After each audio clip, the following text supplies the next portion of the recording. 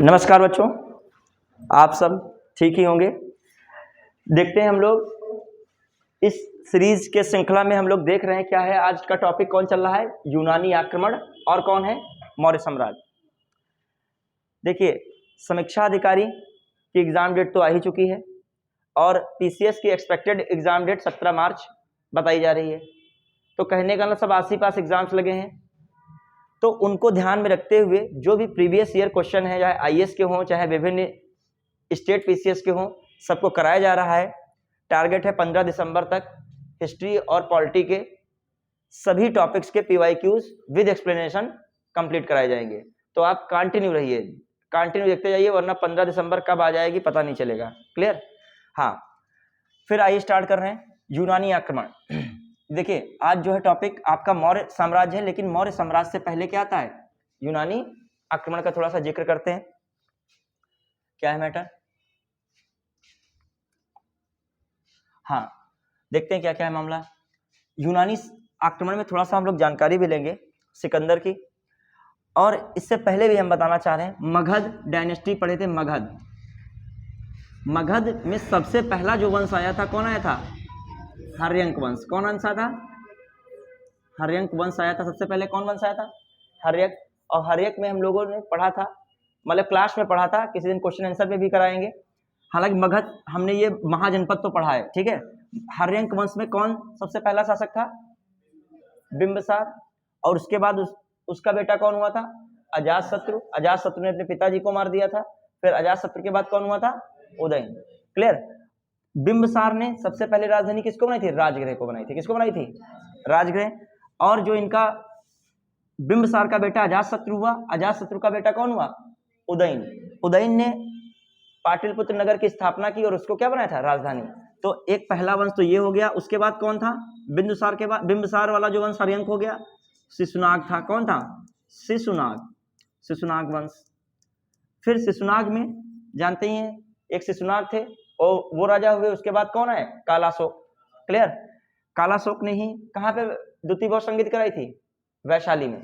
Clear? और अजातशत्रु जो हुए थे हर्यंक वंश के, उन्होंने कहाँ कराई थी? राजगृह में। राजगृह में कौन अध्यक्ष था बहुत संगीत का? महाकश्यप। और जो इन्होंने वैशाली में कराई थी उसका कौन था? सुबाकामी। क्लियर? जो इन्होंने कराई थी, कब कराई थी? 483 बीसी में। क्लियर? और इन्होंने कब कराई? 383 बीसी। चलिए, तीसरा वंश कौन आ रहा है? नंद वंश। कौन आ रहा है? नंद वंश। कौन आया? नंद वंश। अब नंद वंश में क्या देखा जाए, इंपॉर्टेंट बात है कि संस्थापक कौन हुए? संस्थापक कौन हो गए? महापद्म नंद। कौन थे?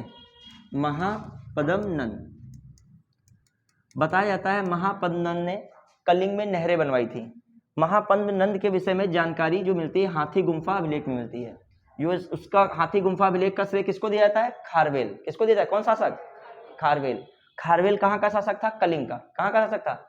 कलिंग का। और किस वंश का था? चेदी वंश का।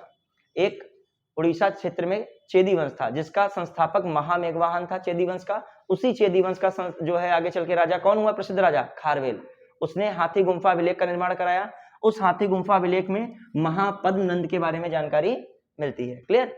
फिर आ जाइए, बताते हैं महापद्म नंद और इनके आगे 8 लगभग राजा रहे, उत्तराधिकारी रहे। इनका जिक्र बौद्ध ग्रंथों में मिलता है, पुराणों में मिलता है। किसमें मिलता है? बौद्ध ग्रंथ और पुराणों में मिलता है। और उन्हीं में सबसे अंतिम कौन आया था? धनानंद। कौन आया था? धनानंद। तो धनानंद जो था, उसी के समय सिकंदर का भारत पर आक्रमण हुआ था। तो मेरा बताने का मतलब इसीलिए यहाँ था कि सिकंदर जो है भारत में किस वंश के समकालीन आया था? नंद वंश के समकालीन आया था। किस वंश से? और राजा कौन थे? धनानंद। अब धनानंद का भी जो है जिक्र बहुत जगह किया गया है। अग्रमीज कहा है इसको, जो है यूनानियों ने क्या कहा है? अग्रमीज कहा है। जो है सिकंदर जब भारत पर आक्रमण करता है तो वहां का शासक अग्रमीज था। क्या था? अग्रमीज। क्लियर? तो ये सब चीजें हैं। अब आइए, धनानंद से ही चाणक्य गुस्साए थे। धनानंद थोड़ा भोग विलास टाइप का व्यक्ति था। उस समय यूनानी सीमाएं यूनानियों से भारत की सुरक्षित नहीं थी, उस पर ध्यान नहीं दे रहा था। चाणक्य का इंगित कराना था कि आप एक अखंड भारत की स्थापना करो, अपनी सीमाओं को क्या कीजिए? मजबूत कीजिए। जो भारत छोटे मोटे क्षेत्रों में बटा हुआ है उसको क्या कीजिए? आप एक भारत बनाइए। क्लियर? चलिए, तो इसी परिप्रेक्ष्य में भी चाणक्य द्वारा जो है किसको सहायता दी जाती है, किसको तैयार किया जाता है एक राजा के रूप में? चंद्रगुप्त मौर्य। और वो किसकी स्थापना करते हैं? मौर्य साम्राज्य की। तो उनको भी हम लोग मौर्य साम्राज्य को पढ़ेंगे। क्लियर? तो अब आइए नंद वंश में देखते हैं। धनानंद जब इधर साइड में है तो उधर साइड में कौन आया था? सिकंदर। सिकंदर ने पश्चिमोत्तर भारत पर आक्रमण किया था। किधर आया था? पश्चिमोत्तर भारत। क्लियर? फिर देखते हैं सिकंदर के विषय में क्या क्या। सिकंदर जो मेसिडोनिया के एक राजा थे, फिलिप सेकंड। कौन थे? Philip second. उनका क्या था? पुत्र था। तो फिलिप सेकंड का जो सिकंदर तो पुत्र हो गया। अब सिकंदर के बारे में और क्या क्या है देखिए, इसमें नाम भी होंगे, लिखना तभी हम नहीं चाहते हैं। देखो सिकंदर के साथ कौन प्रसिद्ध लोग आए थे, सिकंदर के साथ लड़ाई में बहुत महत्वपूर्ण भूमिका निभा रहे थे? निरयाकस आया था, डाइमेकस आया था, अरिस्टोबुलस आया था। आपको जरूरी है ऐसा क्वेश्चन दे, मतलब वो अलग से भी नाम पूछ सकता है। कौन आया था? डाइमेकस, सॉरी डाइमेकस नहीं था, ये निरयाकस आया था, आनेस्क्रिटस आया था, और कौन आया था? अरिस्टोबुलस आया था। ये किसके साथ आए थे? सिकंदर के साथ। ऐसे लाइन बना देगा, सिकंदर के साथ डाइमेकस और एस्ट्रोबुलस आए थे, वो सेंटेंस क्या हो जाएगा? गलत हो जाएगा। क्लियर? फिर आ जाइए, सिकंदर बताते हैं भारत के पर विजय के लिए 326 बीसी के करीब निकला था। कितने में? 326 बीसी। बताया जाता है लगभग थोड़ा बहुत आसपास टाइम पीरियड रहता है, 325 बीसी के आसपास से क्या है? भारत से वापस भी चला जाता है। और इसकी मृत्यु भी 323 बीसी के क्या हो आसपास हो जाती है। तो तीनों चीजें याद रखोगे। सिकंदर भारत पर विजय के लिए कब निकला था? 326। जब विजय के लिए भारत पर निकला तब सिकंदर का मामला देखने को मिलता है, क्या रहा? तक्षशिला के एक शासक थे। कौन? तक्षशिला के शासक आम्भी थे। आम्भी ने इनकी अधीनता तुरंत स्वीकार कर ली बिना लड़ाई लिए किए हुए। लेकिन जो है झेलम और व्यास नदी के जो क्षेत्र में, झेलम और व्यास के बीच में एक क्षेत्र था, और खासकर वो पंजाब में आज क्षेत्र पड़ता है। कौन सा? पंजाब वाला क्षेत्र। तो वहां के पंजाब के शासक कौन थे? पोरस थे। पोरस से युद्ध हुआ। किसका? सिकंदर का। किस नदी किनारे? झेलम किनारे। झेलम को यूनानी भाषा में हाइडेस्पीज भी कहा गया। क्या कहा गया? हाइडेस्पीज। तो हाइडेस्पीज का युद्ध या झेलम नदी के किनारे का युद्ध हुआ जब, तो पोरस की वहां पे पराजय हुई, पोरस हार गए। लेकिन पोरस की वीरता को देखते हुए सिकंदर ने इनको फिर से रिहा कर दिया था। तो ये सब चीजें हम लोगों ने सिकंदर समझी। एक अस्वक था, एक अस्वक गणराज्य था। कौन सा गणराज्य? अस्वक। तो अस्वक गणराज्य पे जब सिकंदर ने अटैक किया तो क्या हुआ? वहां के जो पुरुषों को सिकंदर ने खत्म कर दिया, मार दिया। फिर वहां की स्त्रियों ने शस्त्र संभाला। फिर सिकंदर ने स्त्रियों को भी मौत के घाट क्या कर दिया? उतार दिया। तो इससे स्पष्ट होता सिकंदर एक बहुत महान राजा या एक अच्छा प्रशासक तो नहीं था। ये लाइन उनके लिए, वीर तो था लेकिन कह नहीं सकते हो ये कि एक अच्छा व्यक्ति था। ठीक है? भले सिकंदर महान कहा था, यदि स्त्रियों को उसने मार दिया तो एक अच्छा प्रशासक तो नहीं रह गया।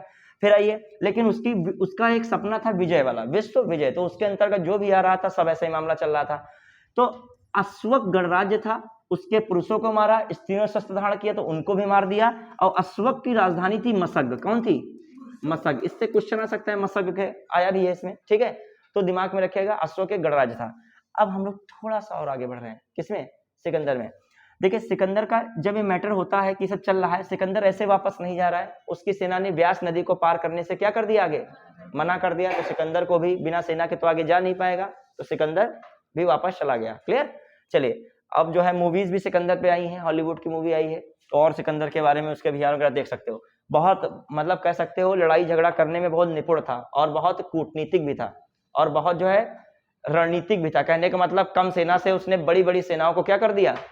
पराजित किया। मतलब उसकी सेना तो सोचिए खुद ही, इतनी दूर से कितने लोगों को ले आओगे, और जहां पे आक्रमण करोगे वहां तो आपसे क्या होंगे? लोग ज्यादा ही होंगे। तो वो अपनी ऐसी रणनीति बनाता था, सामने वाले को पता ही नहीं चलता था कि सैनिक मेरे कम है कि ज्यादा है।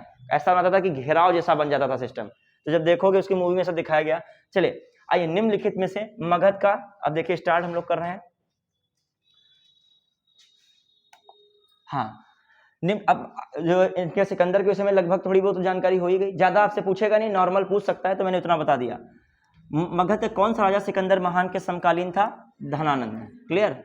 धनानंद हो गया। भारत में सिकंदर की सफलता निम्न कारणों से थी। उस समय भारत में कोई केंद्रीय सत्ता नहीं थी। यही तो चाणक्य चाहते थे, यहाँ पर क्या रखो? एक केंद्रीय सत्ता मजबूत करो। यदि केंद्र कमजोर होगा तो कॉमन सी बात है, सीमाएं क्या हो जाएंगी? कमजोर हो जाएंगी। उसकी फौज बेहतर थी, ये तो बात क्या है? सही है, उसकी फौज क्या थी? बेहतर थी। ये भी बात सही, ये भी सही। उससे देशद्रोही शासकों की सहायता मिली। तक्षशिला के शासक आम्भी ने क्या कर लिया, अधीनता स्वीकार कर ली थी, उसका क्या कर रहे थे, सपोर्ट कर रहे थे। देशद्रोही से हमेशा जो है देशद्रोहियों ने भारत के खिलाफ कुछ ना कुछ जरूर कभी ना कभी किया है। क्लियर, ये तो हमेशा है, मतलब कोई भी हिस्ट्री में आप जाओगे, बाबर का देख लोगे या किसी का भी देख लोगे, राणा सांगा का देख लोगे, चाहे आप जो है प्लासी का युद्ध देख लीजिए कि मॉडर्न हिस्ट्री में, ठीक है, देशद्रोहियों से सहायता मिली। बिल्कुल, ये एक अच्छा प्रशासक था। अभी मैं बता रहा था महिलाओं को मौत के घाट उतार देना, फिर क्या एक अच्छे प्रशासक की संज्ञा हो सकती है? ये भी बात क्या, ये क्या है, गलत। तो ये तो कौन से, 1 2 3, चौथा नहीं हो सकता है, उपरोक्त सभी नहीं होगा। क्लियर। अब आइए, अब देखो जैसे अशोक है, अशोक भी कुछ कुछ इन्हीं तरह कार्य कर रहे थे शुरुआत में। जब कलिंग विजय किया तो अशोक ने भी कुछ नहीं समझा, कत्लेआम किया, लेकिन अशोक ने फिर उतना ही जितना उन्होंने ये किया, फिर उतना ही उन्होंने क्या किया, रिवर्स उतना ही गए, उससे ज्यादा रिवर्स गए। मतलब उन्होंने फिर धम्म नीति चलाई, सहिष्णुता है, करुणा है, उदारता है, इनको उन्होंने अपने राज्य का क्या बना दिया, मेन जो है मोटिव बना दिया, प्रेरणा स्रोत बना दिया सबके लिए। तो वो अपने रिवर्स में आ गए एक महान शासक के रूप में। लेकिन ये क्या है, ये नहीं किए, इनका केवल एक ही सपना था, क्या, विजय, विश्व विजय। अब आइए, निम्नलिखित में से कौन सिकंदर के साथ भारत में नहीं आया था? देखिए, डाइमेकस, ये यूनान के शासक, यूनान न कहिए सीरिया के शासक एंटियोकस थे, उनका क्या था, राजदूत था। वो अभी आएगा, मौर्य शासक रहे हैं बिंदुसार, उनके समय आता है कौन, डाइमेकस। चलिए, तो याद रखिएगा, निरयाकस आया था, आनेसिक्टस आया था और स्ट्रोबुलस आया था। ये लोग क्या हैं, आए थे, लेकिन कह रहा है नहीं कौन आया था, तो नहीं आया था कौन, ये नहीं आए थे। क्लियर, डाइमेकस। अगला बढ़े, उस वीर भारतीय राजा का नाम बताइए जिसे सिकंदर ने झेलम के तट पर पराजित किया। देखो आरो में आया है, ऐसा नहीं सिकंदर टॉपिक आता नहीं, आ सकता है कभी भी। पोरस या पुरु, ठीक है, क्लियर। फिर आइए, लगभग ये आप हिस्ट्री पढ़ोगे और इनका नाटक एक है, जब देखोगे या उसके बारे में जानकारी पढ़ोगे तो बहुत बढ़िया उसमें जो एकदम सब बताया गया है। पुरु का रोल दिखाया गया है, आम्भी का रोल उसमें दिखाया गया है, ठीक है, और जो है सिकंदर का भी दिखाया गया है। तो जो पुरु के डायलॉग हैं, ठीक है, वो बहुत मतलब जो आपको कह देंगे, मतलब कह सकते हो कि आप में देशभक्ति बहुत ज्यादा ले आएंगे, जो पुरु के डायलॉग उसमें लिखे। चलिए, निम्नलिखित कथनों पर विचार कीजिए। लगभग 2 वर्ष के अभियान के पश्चात सिकंदर महान ने 325 ईस्वी में भारत छोड़ दिया था, लगभग छोड़ दिया था, ठीक है। वह चंद्रगुप्त मौर्य से पराजित हुआ था। अब देखो, ऐसे तुमको लग रहा है 326 में, अब विजय अभियान आया, भारत के निकला, तो आपको क्या लगाना पड़ेगा, 326 के आसपास लगाना पड़ेगा। भारत छोड़ रहा है तो आपको आसपास किसके लगाना पड़ेगा।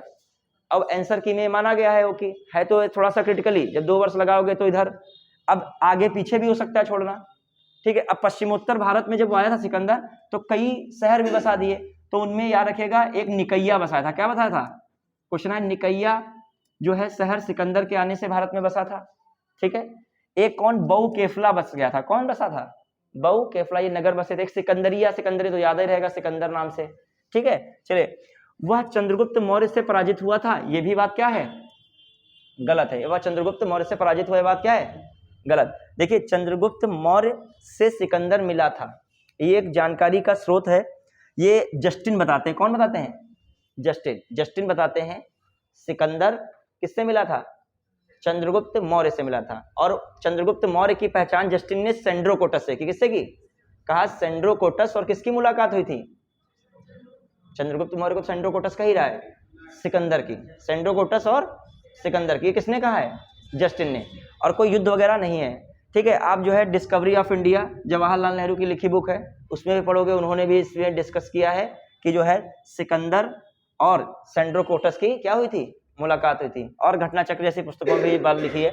हाँ, फिर क्या है इसमें, क्या पहला, लगभग 2 वर्ष के अभियान के पश्चात सिकंदर महान ने भारत में छोड़ दिया, ये बात सही है। वह चंद्रगुप्त मौर्य से पराजित हुआ था, ये बात क्या है, गलत है। तो कौन सा हो जाएगा विकल्प, ए सही है, किंतु आर गलत है, ये हो जाएगा। एक तो देखो, अब ऐसे क्वेश्चन है, एक तो सही लगाना ही था, ये तो बिल्कुल बात क्या हो गई है, सेकंड तो गलत ही हो गई, तो कौन सा ऑप्शन बचेगा, क्लियर। अब आइए, सिकंदर के हमले के समय उत्तर भारत पर निम्नलिखित राजवंशों में किस एक का शासन था। भाई सिंपल है, नंद वंश का था। युद्ध भूमि में बड़ी संख्या में सैनिकों के मारे जाने अथवा आहत हो जाने के बाद किस भारतीय गढ़ अथवा राज्य की स्त्रियों ने सिकंदर के विरुद्ध शस्त्र धारण किया था, मसक। और वो गढ़ का नाम पूछ ले तो राजधानी दिया है, अस्वक भी ये पूछ सकता है, यहाँ पे क्या लिख सकता था, अस्वक भी लिख सकता था, क्लियर। चलिए आगे बढ़े। अब आइए, किसको हम लोग देख रहे हैं, मौर्य साम्राज्य। बढ़िया, अब मेन मौर्य डायनेस्टी पे हैं। थोड़ा सा मौर्य डायनेस्टी के बारे में हम लोग देखेंगे, इसको करने से पहले थोड़ा समझेंगे मौर्य को। चलिए हम इसी में थोड़ा सा कहानी के रूप में बता रहे हैं।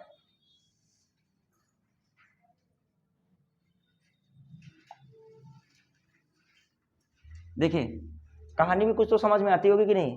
देखिए क्या है मामला, जो देखते हैं कि एक बृहद भारत पर साम्राज्य जिस पहले शासक ने स्थापित किया वह कौन था? चंद्रगुप्त मौर्य। कंफ्यूज मत होइएगा, अशोक वहां न लगाइएगा, कौन रहेंगे? चंद्रगुप्त मौर्य।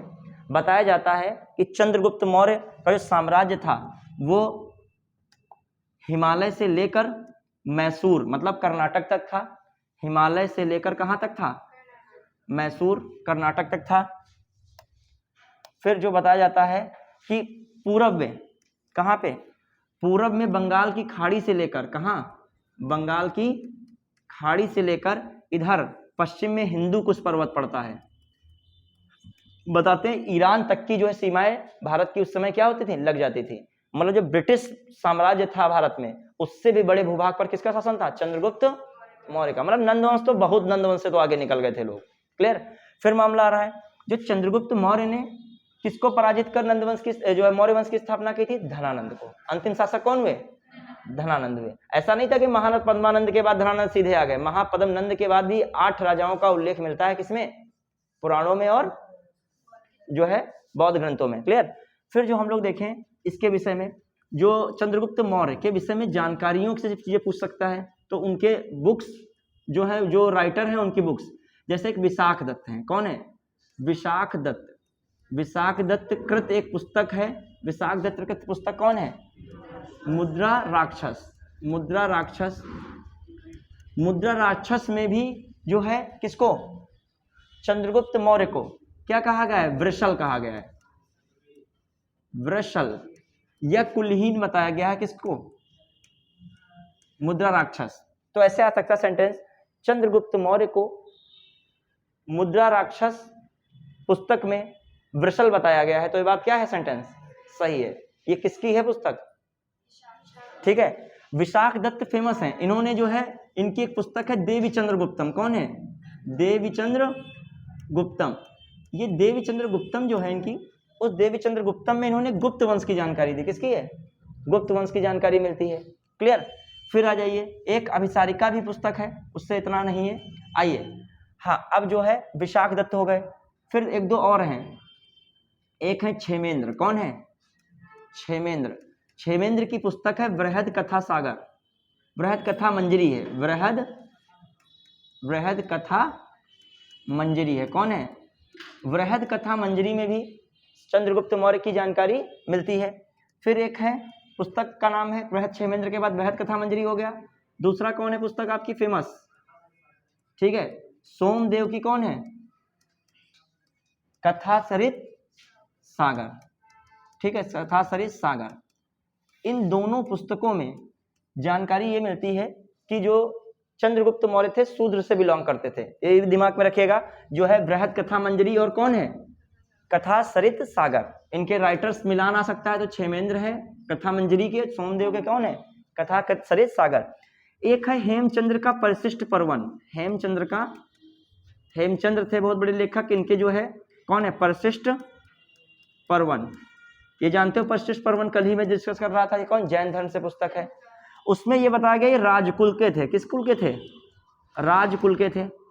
क्लियर। और मोरी में इनका जो मोरी क्षेत्र था उसमें इनका क्या हुआ था? जन्म हुआ था। किसने बताया था? हेमचंद्र ने। फिर जो एक व्यक्ति आते हैं हेमचंद्र के अलावा, जो है बौद्ध ग्रंथों में भी क्या मिलता है कि इनके बारे में जानकारी मिलती है। ये एक जो पढ़ता था मयूर ग्राम, उसके मुखिया थे और मुखिया की एक पुत्री थी, उसके क्या ही थे? पुत्र थे। तो मयूर ग्राम की मुखिया की पुत्री का पुत्र से संबंधित जो है चंद्रगुप्त मौर्य थे। इस तरह का सेंटेंस आए तो ये बात क्या है? ये सही है। बताने का मतलब ये है। बढ़िया। चलिए अब आ जाइए, क्या है? चंद्रगुप्त मौर्य ने 305 में क्या किया? किससे युद्ध किया था? 305 बीसी में किससे युद्ध किया था? किससे किया था? जो सिकंदर था उसका पूर्वी साम्राज्य, मतलब सिकंदर इधर मैसिडोनिया था, इधर पूर्व साइड में भारत साइड था, और अफगानिस्तान पाकिस्तान जो आज का है, तो पूर्व जो सिकंदर का जो पूर्व क्षेत्र था उसका जो शासक बनाया था सिकंदर ने, किसको बनाया था? सेल्यूकस को। तो सेल्यूकस से युद्ध होता है सिकंदर का कब? सिकंदर चंद्रगुप्त मौर्य का 305 में। और ये सिकंदर जो है चंद्रगुप्त मौर्य क्या होता है? जीत जाता है। और सेल्यूकस अपनी पुत्री हेलेना का विवाह किससे कर देते हैं? चंद्रगुप्त मौर्य से। ठीक है। विवाह जब आप देखोगे ज्यादातर बड़े विवाह हमेशा वीरता के आधार पर दिए गए। किसके आधार पर मिले हैं? चाहे आप स्वयंवर भी देख लो, चाहे आप जो है ये, हमेशा क्या रहता है? वीरता। क्लियर? हाँ, तो इससे प्रकट होता है जो स्त्री जो है वो हमेशा उसका सिस्टम ऐसा रहता है, जो वीर होगा या जो उससे ज्यादा पावरफुल होगा उसी की तरफ जो है उसका झुकाव ज्यादा होगा। तो आप समझ रहे हैं कि नहीं? तो आपको क्या करना चाहिए? वीरता अपनी किसमें दिखा सकते हो? पढ़ाई में। तलवारें चल नहीं है, सब कुछ कार्य संवैधानिक करना है, पेन से करना जाता है। ठीक है, चलिए। हाँ, फिर हम लोग देखते हैं आगे। देखो, जो जितना बड़ा शासक उस समय था उतनी ज्यादा उसकी रानियां थी। हालांकि अब ऐसा सिस्टम नहीं है। ठीक है, मतलब मैं बता रहा हूँ कि उस समय विवाह जो होता था एक शक्ति प्रदर्शन होता था। हम लोग आज का समय सोच रहे हैं ये सही था गलत था, उस समय शायद क्या स्थितियां रही हो हम लोगों को क्या पता। जैसे हम लोग कहते कभी कोई आलोचना करते हैं कि वो ये कार्य नहीं कर पाए, वो कार्य नहीं कर पाए, तो उस समय के आप उसमें जाके देखिए, शायद उन्होंने उससे बेहतर क्या किया हो, कार्य किया हो, जो आप इस समय सोच रहे हो। आपके पास डिजिटलाइजेशन है, हर चीज के लिए दूरियां बहुत जल्दी इधर उधर तय कर देते हो। उस समय क्या स्थितियां रही? चलिए आइए, अब क्या मामला है, थोड़ा सा और चंद्रगुप्त मौर्य के हैं। क्या चंद्रगुप्त मौर्य के विषय में जान सकते हो? देखिए, इन्होंने दक्कन क्षेत्र पर विजय प्राप्त की, बहुत सारी जानकारी मिलती है। तमिल ग्रंथों से जानकारी मिलती है कि दक्षिण क्षेत्र में भी इनका क्या था, बोलबाला रहा है चंद्रगुप्त मौर्य का। जो जूनागढ़ विलेख है, जूनागढ़ कहाँ है? गुजरात में, उसमें भी जानकारी मिलती है चंद्रगुप्त मौर्य ने सिंचाई हेतु क्या करा था, वहां पर एक झील का निर्माण कराया था। जूनागढ़ विलेख है रुद्रदामन का, उसमें जानकारी मिलती है किसके विषय में?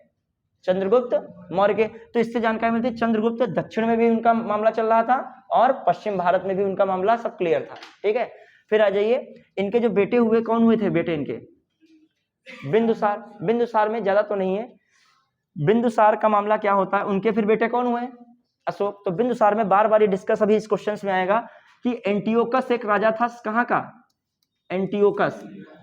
एंटियोकस जो राजा था वो था सीरिया का। उसने दार्शनिक भेजा था अपना, राजदूत भेजा था, दार्शनिक को राजदूत भेजा था डायमेकस को।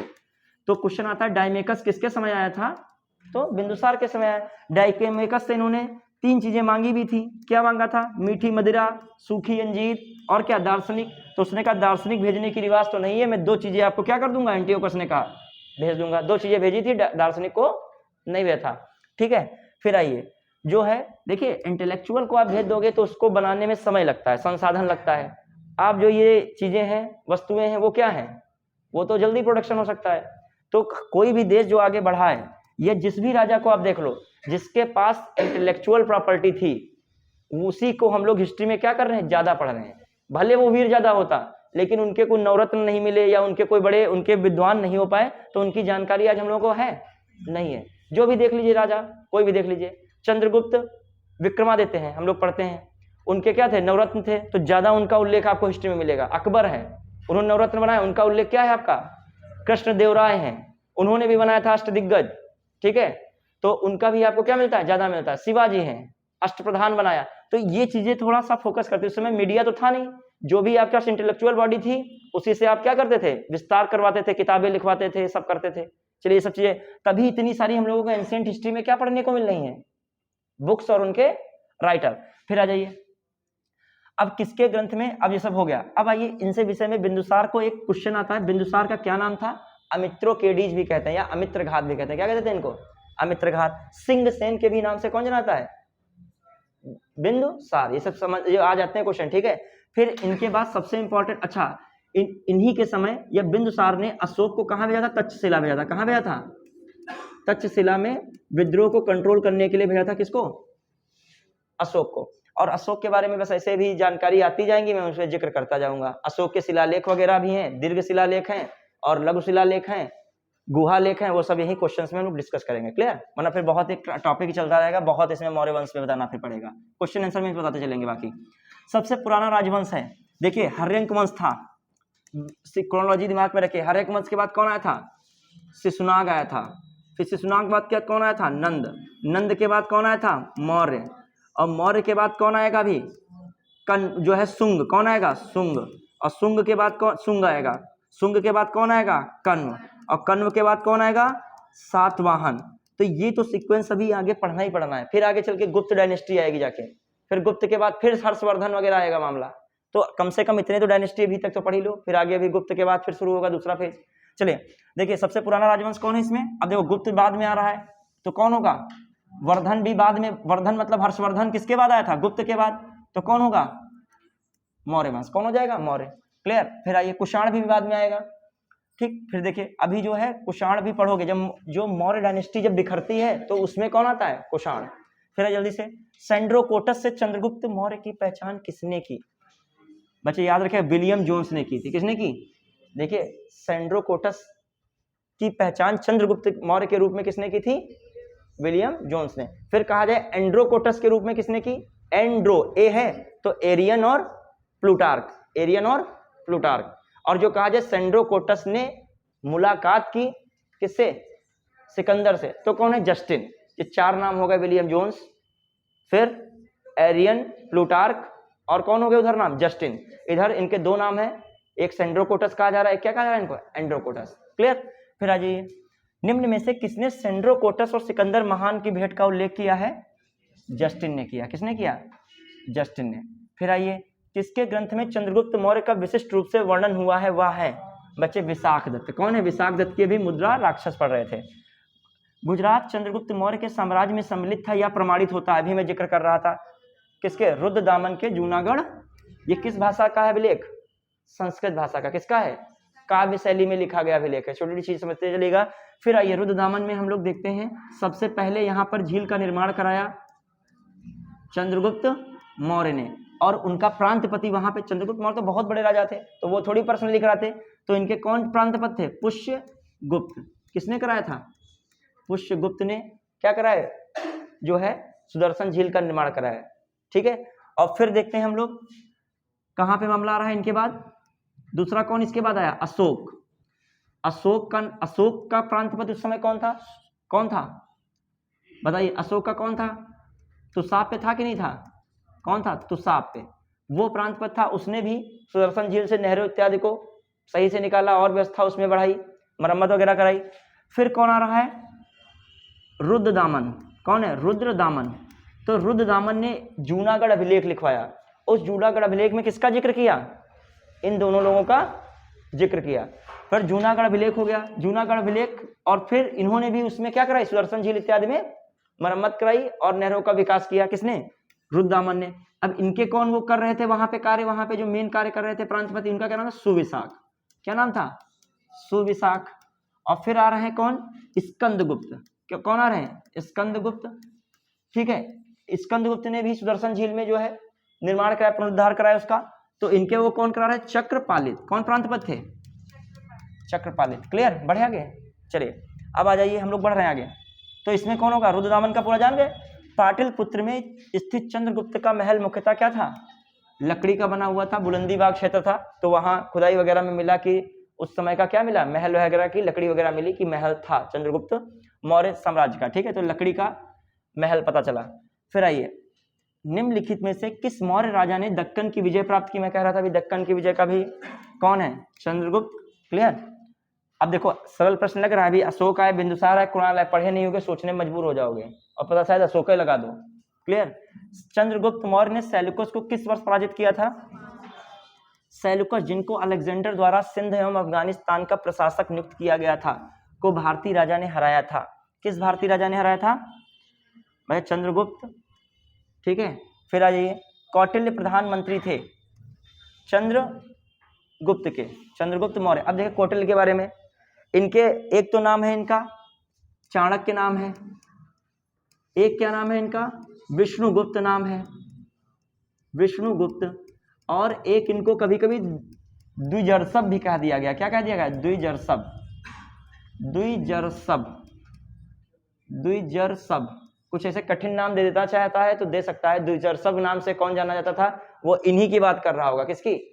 जो पर्यायवाची होता है उसमें द्विज का मतलब ब्राह्मण से हो जाता है, तो ब्राह्मण से जुड़ा हुआ क्या हो गया? चाणक्य। द्विजर्षभ, द्विज। ठीक है, द्विज याद रहता है, द्विज कई चीजों के लिए प्रयोग होता है। द्विज, द्विज के कई पर्यायवाची हैं। हाँ, फिर आइए, कौटिल्य प्रधानमंत्री थे। अब देखिए चाणक्य में बताना कौन बात चाह रहा था, सप्तांग सिद्धांत। यहाँ पे कौन आ रहा है, सप्तांग सिद्धांत। कभी कभी पूछ लेता है कौन से क्रम पे कौन है, तो उनके यह पूछ लेगा सप्तांग सिद्धांत में कौन शामिल नहीं है, कौन है बताइए, राजा। फिर क्या रहेगा, अमात्य रहेगा कि नहीं रहेगा, फिर क्या आएगा, जनपद आएगा कि नहीं आएगा, फिर दुर्ग आएगा कि नहीं आएगा, दुर्ग के बाद क्या आना चाहिए, दंड आएगा, पहले दंड की कोष, दंड, फिर क्या है, कोष, और फिर कौन है, मित्र। एक बार क्वेश्चन आया था इनके सप्तांग सिद्धांत में अंतिम स्थान इन्होंने किसको दिया है, मित्र को दिया, तो याद रखेगा सबसे पहला स्थान किसने, राजा। क्लियर, तो ऐसे वर्ड याद रख लेगा, राजा है, अमात्य मतलब एक अधिकारी समझ लिए, फिर कौन है, जनपद क्षेत्र है, फिर उसके दुर्ग मजबूत होने चाहिए, दुर्ग के बाद क्या, दंड है, दंड की व्यवस्था जरूर होनी चाहिए, फिर कोष भी होना चाहिए, कोष ही नहीं, पैसा ही नहीं होगा तो क्या रहेगा, सब कुछ डैमेज हो जाएगा, और फिर क्या, मित्र भी होना चाहिए। ठीक है, मित्र भी काम आता है। ठीक, क्या हो गया आपका, ठीक है, विष्णुगुप्त। अब आइए, और चाणक्य ने एक पुस्तक लिखी, उसका नाम क्या है, अर्थशास्त्र। कौन है, नाम अर्थशास्त्र, लेकिन लिखी राजव्यवस्था पे गई है, शासन राजव्यवस्था पे है। क्लियर, ये भी दिमाग में रखेगा। मैकियावेली की प्रिंस से किसकी तुलना की गई है, चाणक्य की अर्थशास्त्र की, तो भी ध्यान रखना। हाँ, अधोलिखित में कथनों पर विचार किया, प्रथम भारतीय साम्राज्य की स्थापना चंद्रगुप्त मौर्य ने की थी। क्लियर, बिल्कुल बात क्या है, सही है। अश्वघोष के ग्रंथ में चंद्रगुप्त मौर्य का विशिष्ट रूप से वर्णन हुआ है। वजह, अश्वघोष में तो किसके थे, अश्वघोष कनिष्क के समय थे। अश्वघोष की रचना तुरंत हमें बताइए, सौंदरानंद थी कि नहीं थी, बुद्धचरित थी कि नहीं थी, हर्षचरित मत लगा दीजिएगा, हर्षचरित तो बाणभट्ट की थी। क्लियर, बुद्धचरित किसकी थी, अश्वघोष और सौंदरानंद। सारिपुत्र प्रकरण भी थी, किसकी थी, ये थी कि नहीं बुक्स। चलिए, तो दिमाग में रखिएगा, जहां अपना रिकॉल किया करो, ऐसे कोई वर्ड्स आए उसको रिकॉल में ले आओ। तो कौन सा हो गया पहला, तो इसमें क्या है, चंद्रगुप्त मौर्य की, तो कौन सा, अच्छा फिर अगला, मौर्य राजा चंद्रगुप्त ने दक्कन की विजय प्राप्त की, ये भी सही है। सप्तांग सिद्धांत के अनुसार राज्य का सातवां अंग कौन होता है, मित्र होता है। तो 1, 3, 4 अभी बचा है। सर्वप्रथम चंद्रगुप्त मौर्य ने मालवा, गुजरात और महाराष्ट्र को जीता था, ये भी क्या बात है, सही है। ठीक है, तो क्या हो गया, 1, 3, 4, 5, ऑप्शन कौन है, बी। बढ़े आगे, अगला, अधोलिखित अशोक के साम्राज्य में सम्मिलित नहीं था। ठीक है भाई, तमिल अशोक के साम्राज्य में सम्मिलित नहीं था, ये बात जो है सही है। अशोक के समय जो असम नहीं सम्मिलित था, समझिएगा, और कौन, दक्षिण वाले कुछ राज्य सम्मिलित नहीं थे। ये जो है अशोक का दूसरा और 13वां शिलालेख में जानकारी मिलती है।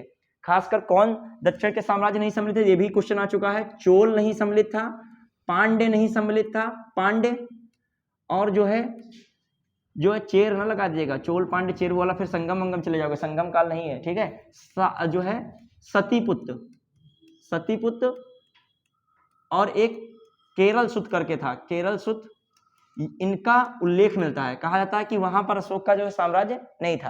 क्लियर, तो ये क्वेश्चन आ जाए, अशोक के दूसरे और 13वें अभिलेख में किन दक्षिण भारत के राज्यों का उल्लेख हुआ है, तो कितने हैं, ये 4 याद रखेगा। उसमें वो दे देगा, चेर दे देगा, फिर कोई और पांड्य तो है ही है, पल्लव दे देगा, वैसे दे देगा, तुम कंफ्यूज हो जाओ।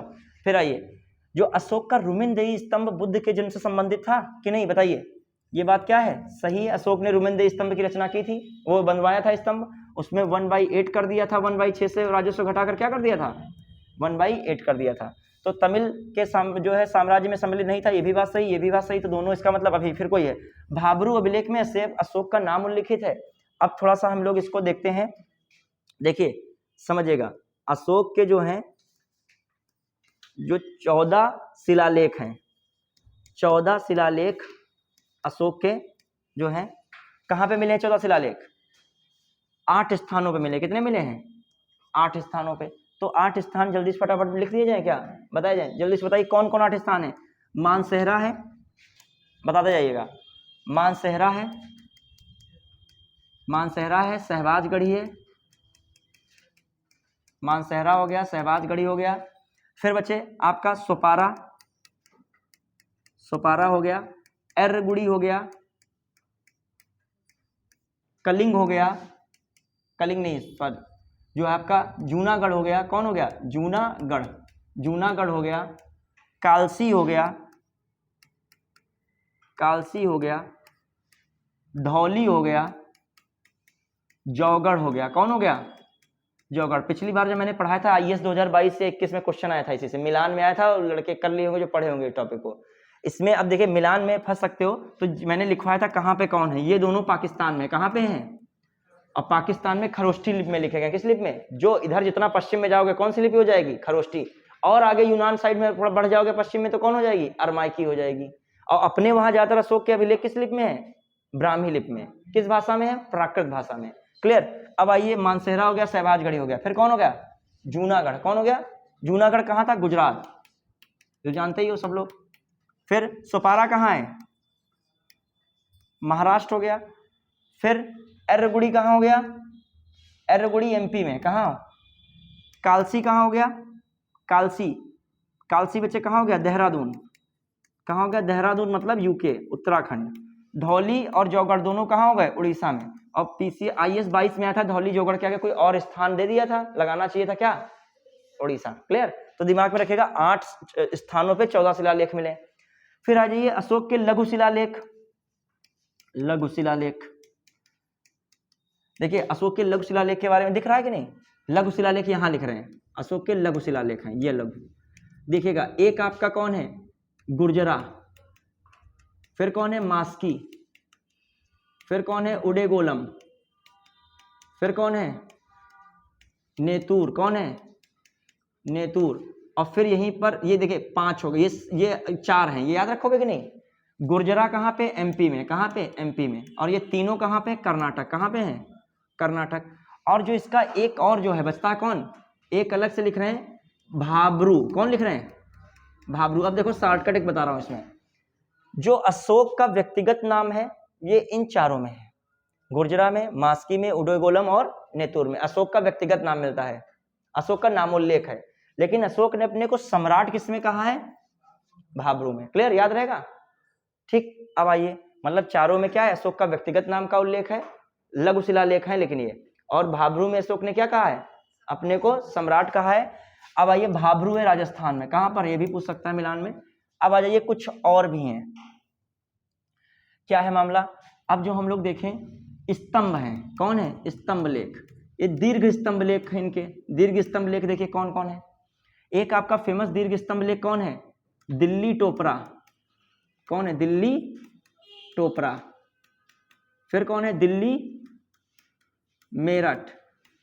फिर कौन है? एक है लोरिया, लोरिया अरराज। ठीक है। एक रामपुरवा है, कौन है? रामपुरवा। रामपुरवा। ये लोरिया अरराज हो गया, रामपुरवा हो गया बिहार में। कहाँ पे ये? बिहार में। और दिल्ली मेरठ, दिल्ली टोपरा, दिल्ली से कहाँ? टोपरा था दिल्ली लाया फिरोज शाह तुगलक। टोपरा था कहाँ ले आया? दिल्ली, फिरोज शाह तुगलक ले आया। फिर मेरठ था कहाँ ले आया फिरोज शाह तुगलक? दिल्ली। तो टोपरा हरियाणा में। कहाँ पे है? हरियाणा में।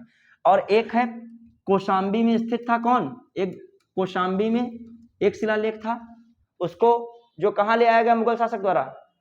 इलाहाबाद। कौन लाया था? कौन मुगल शासक? जहांगीर लाया था। कौन लाया था? जहांगीर ले आया था। क्लियर। तो वो भी हो गया। तो ये कैसे शिलालेख है? ये दीर्घ स्तंभ लेख है। क्या है बच्चे? दीर्घ स्तंभ लेख। समझ में आ रहा है? खिचपी ज्यादा हो गया? ठीक है। फिर आइए, दीर्घ स्तंभ लेख हो गया। सोचिए कितना इंपॉर्टेंट टॉपिक था। दीर्घ स्तंभ लेख हो गया। फिर मैं कह रहा हूं लघु स्तंभ लेख कौन हो सकता है? लघु स्तंभ लेख। लघु स्तंभ लेख में कौन? सारनाथ है। ठीक है, सारनाथ हो गया, सांची हो गया, भरतहुत हो गया। कौन हो गया? भरतहुत। ये सब क्या है?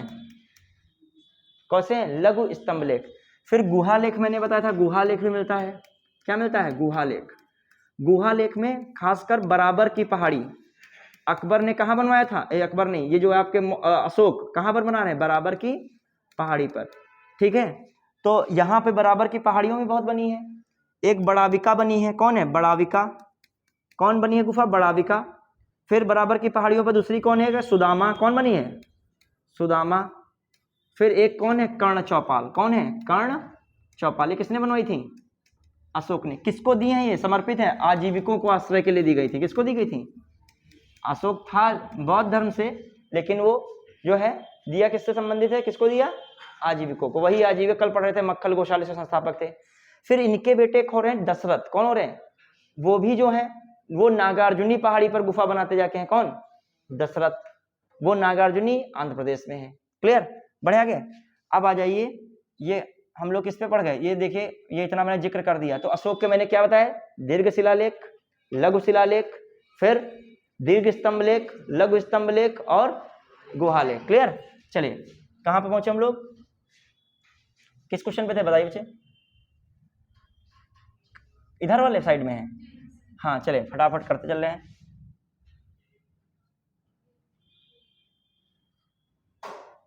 ये ना, रुद्रदामन के जूनागढ़ अभिलेख से प्रमाणित होता है कि चंद्रगुप्त मौर्य का प्रभाव पश्चिम भारत पर था।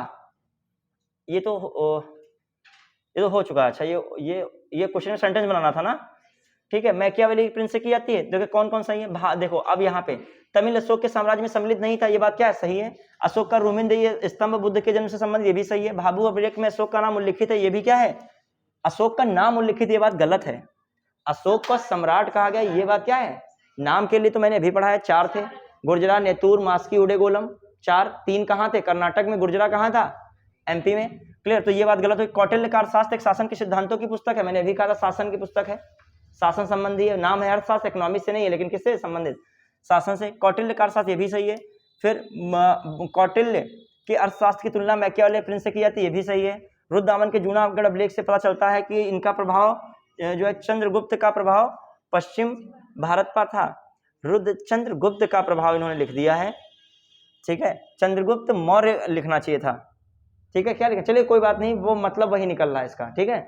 चंद्रगुप्त मौर्य होना चाहिए। रुद्रदामन के जूनागढ़ अभिलेख से प्रमाणित होता है कि चंद्रगुप्त मौर्य या चंद्रगुप्त का प्रभाव पश्चिम भारत पर था। अब ऑप्शन के अकॉर्डिंग करोगे, कौन सा गायब करना है इसमें, तीसरा गायब करना है कि भाबरू अभिलेख, तो कौन हो गया, समझ पा रहे हो कि नहीं। क्वेश्चन दमदार था, भले लग रहा था ऐसा, समझ पाए, कौन सा गायब हो गया, भाबरू में सम्राट कहा गया है, ना कि उनका व्यक्तिगत नाम है, ठीक है। व्यक्तिगत नाम के लिए 4 हैं वो। हाँ अब आइए, प्रियदर्शनी नाम से यूज हो गया वहां पे, प्रियदर्शनी भी भाबरू में। क्लियर, देवानाम प्रियदर्शनी। कहां पे हम लोग पहुंचे, किस यूरोपीय विद्वान ने चंद्रगुप्त की सेना को डाकुओं का गिरोह कहा था, जस्टिन ने, कभी कभी ऐसे ही डायरेक्ट क्वेश्चन आते हैं। किसके शासनकाल में डायमेकस भारत आया था, अभी मैं जिक्र किया था, बिंदुसार के समय में। वहां बिंबसार दे दे, बिंदुसार दे दे, बिंब में एम आता है, बिंद में क्या आता है, एन आता है, तो बाद वाला रहेगा कौन, बिंदुसार। कौन रहेगा, बिंदुसार। बिंबसार तो बहुत पहले थे।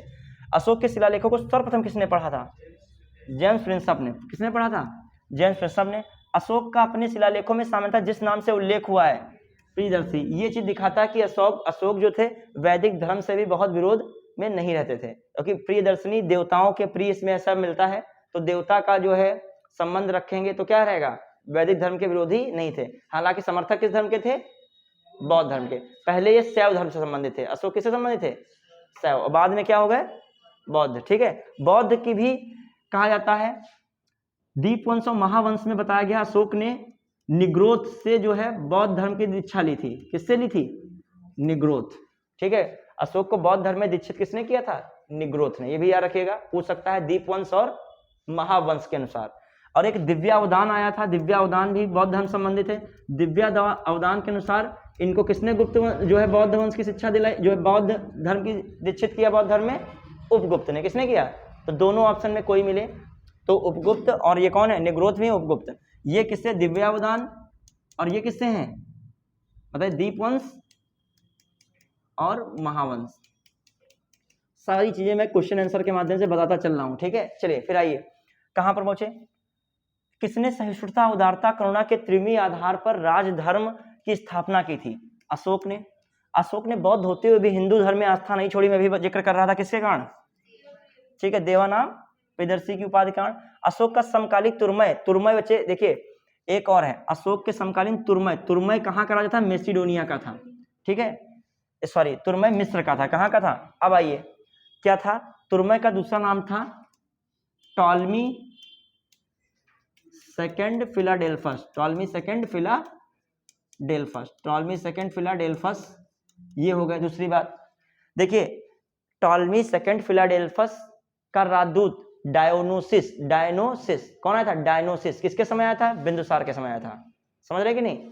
तो क्वेश्चन आ जाए, डायनोसिस किसके समय में आया था, बिंदुसार, बिंदुसार याद रखिएगा, बिंदुसार। क्लियर, चलिए एक तो बिंदुसार में डायमेकस आए थे, और कौन आया था, डायनोसिस। डायनोसिस कहाँ का, डायनोसिस किसका राजदूत था, टॉलमी सेकंड फिलाडेल्फस। और ये कहाँ के राजा थे? मिस्र के। मिस्र को ही कहा जा रहा था तुर्मय, ठीक है, तुर्मय से भी यूज हो रहा है, तुर्मय तो हालांकि नहीं कह रहे हैं, ठीक है। अब आइए, तो तुर्मय कहाँ का राजा था? मिस्र का। और तुर्मय का दूसरा नाम वो है, क्लियर। फिर आइए, अब तो मिस्र का नाम इजिप्ट हो गया है। अशोक ने कलिंग को मौर्य साम्राज्य में जोड़ लिया था, बिल्कुल जोड़ा था। किस अभिलेख में मिलता है अशोक ने जो है जीता था कलिंग को? 12 में। कैसे? इतना सरल क्वेश्चन है। किस शिलालेख में मिलता है? कौन से अभिलेख में? 13वें अभिलेख में मिलता है। कलिंग पे साम्राज्य को जीता था, कलिंग को जीता था। 12 में तो धार्मिक सहिष्णुता की बात होती है। किसकी होती है? हाँ, चलिए, अशोक ने कलिंग को मौर्य साम्राज्य में जीत लिया। अब देखो, कलिंग ये है उड़ीसा में, और कलिंग से जो आपका समुद्र से व्यापार बढ़िया हो जाएगा, और कलिंग से ही होते हुए इधर चूंकि बिहार था, तो ऐसे यहाँ से रास्ता नहीं गुजरता है, बताइए, यहाँ से रास्ता भी तो गुजरेगा। तो रास्ता गुजरेगा मतलब स्थलीय मार्ग भी, और कौन? समुद्री मार्ग। दोनों को क्या कर सकते हो? कलिंग से नियंत्रित कर सकते हो। ये भी बात क्या है? सही है। अशोक ने मौर्य साम्राज्य में जोड़ लिया। कलिंग दक्षिण भारत को जाने वाले स्थलीय समुद्री मार्ग को नियंत्रित करता था, तभी अशोक ने इसको क्या किया? जोड़ लिया, क्लियर। फिर आज सही, अच्छा क्वेश्चन था ये भी। फिर एक सांची का स्तूप किसने बनवाया था? अशोक ने। सांची का स्तूप है कहाँ? एमपी में। अभिलेखों में किस शासक का उल्लेख प्रियदर्शी एवं देवा नाम से हुआ है? अशोक है। निम्नलिखित अभिलेखों में किस लेख में अशोक का नाम उल्लिखित है? अशोक का नाम मास्की, क्लियर। फिर आइए, केवल यह स्तंभ जिसमें अशोक ने स्वयं को मगध सम्राट कहा है, स्वयं को मगध सम्राट किसमें कहा है? भाभरू में, क्लियर। फिर आ जाइए, अशोक के प्रस्तर स्तंभों के बारे में गलत है, इन पर बढ़िया पॉलिश है, ये तो ठीक है। ये अखंड है, मतलब टूटे हुए नहीं है।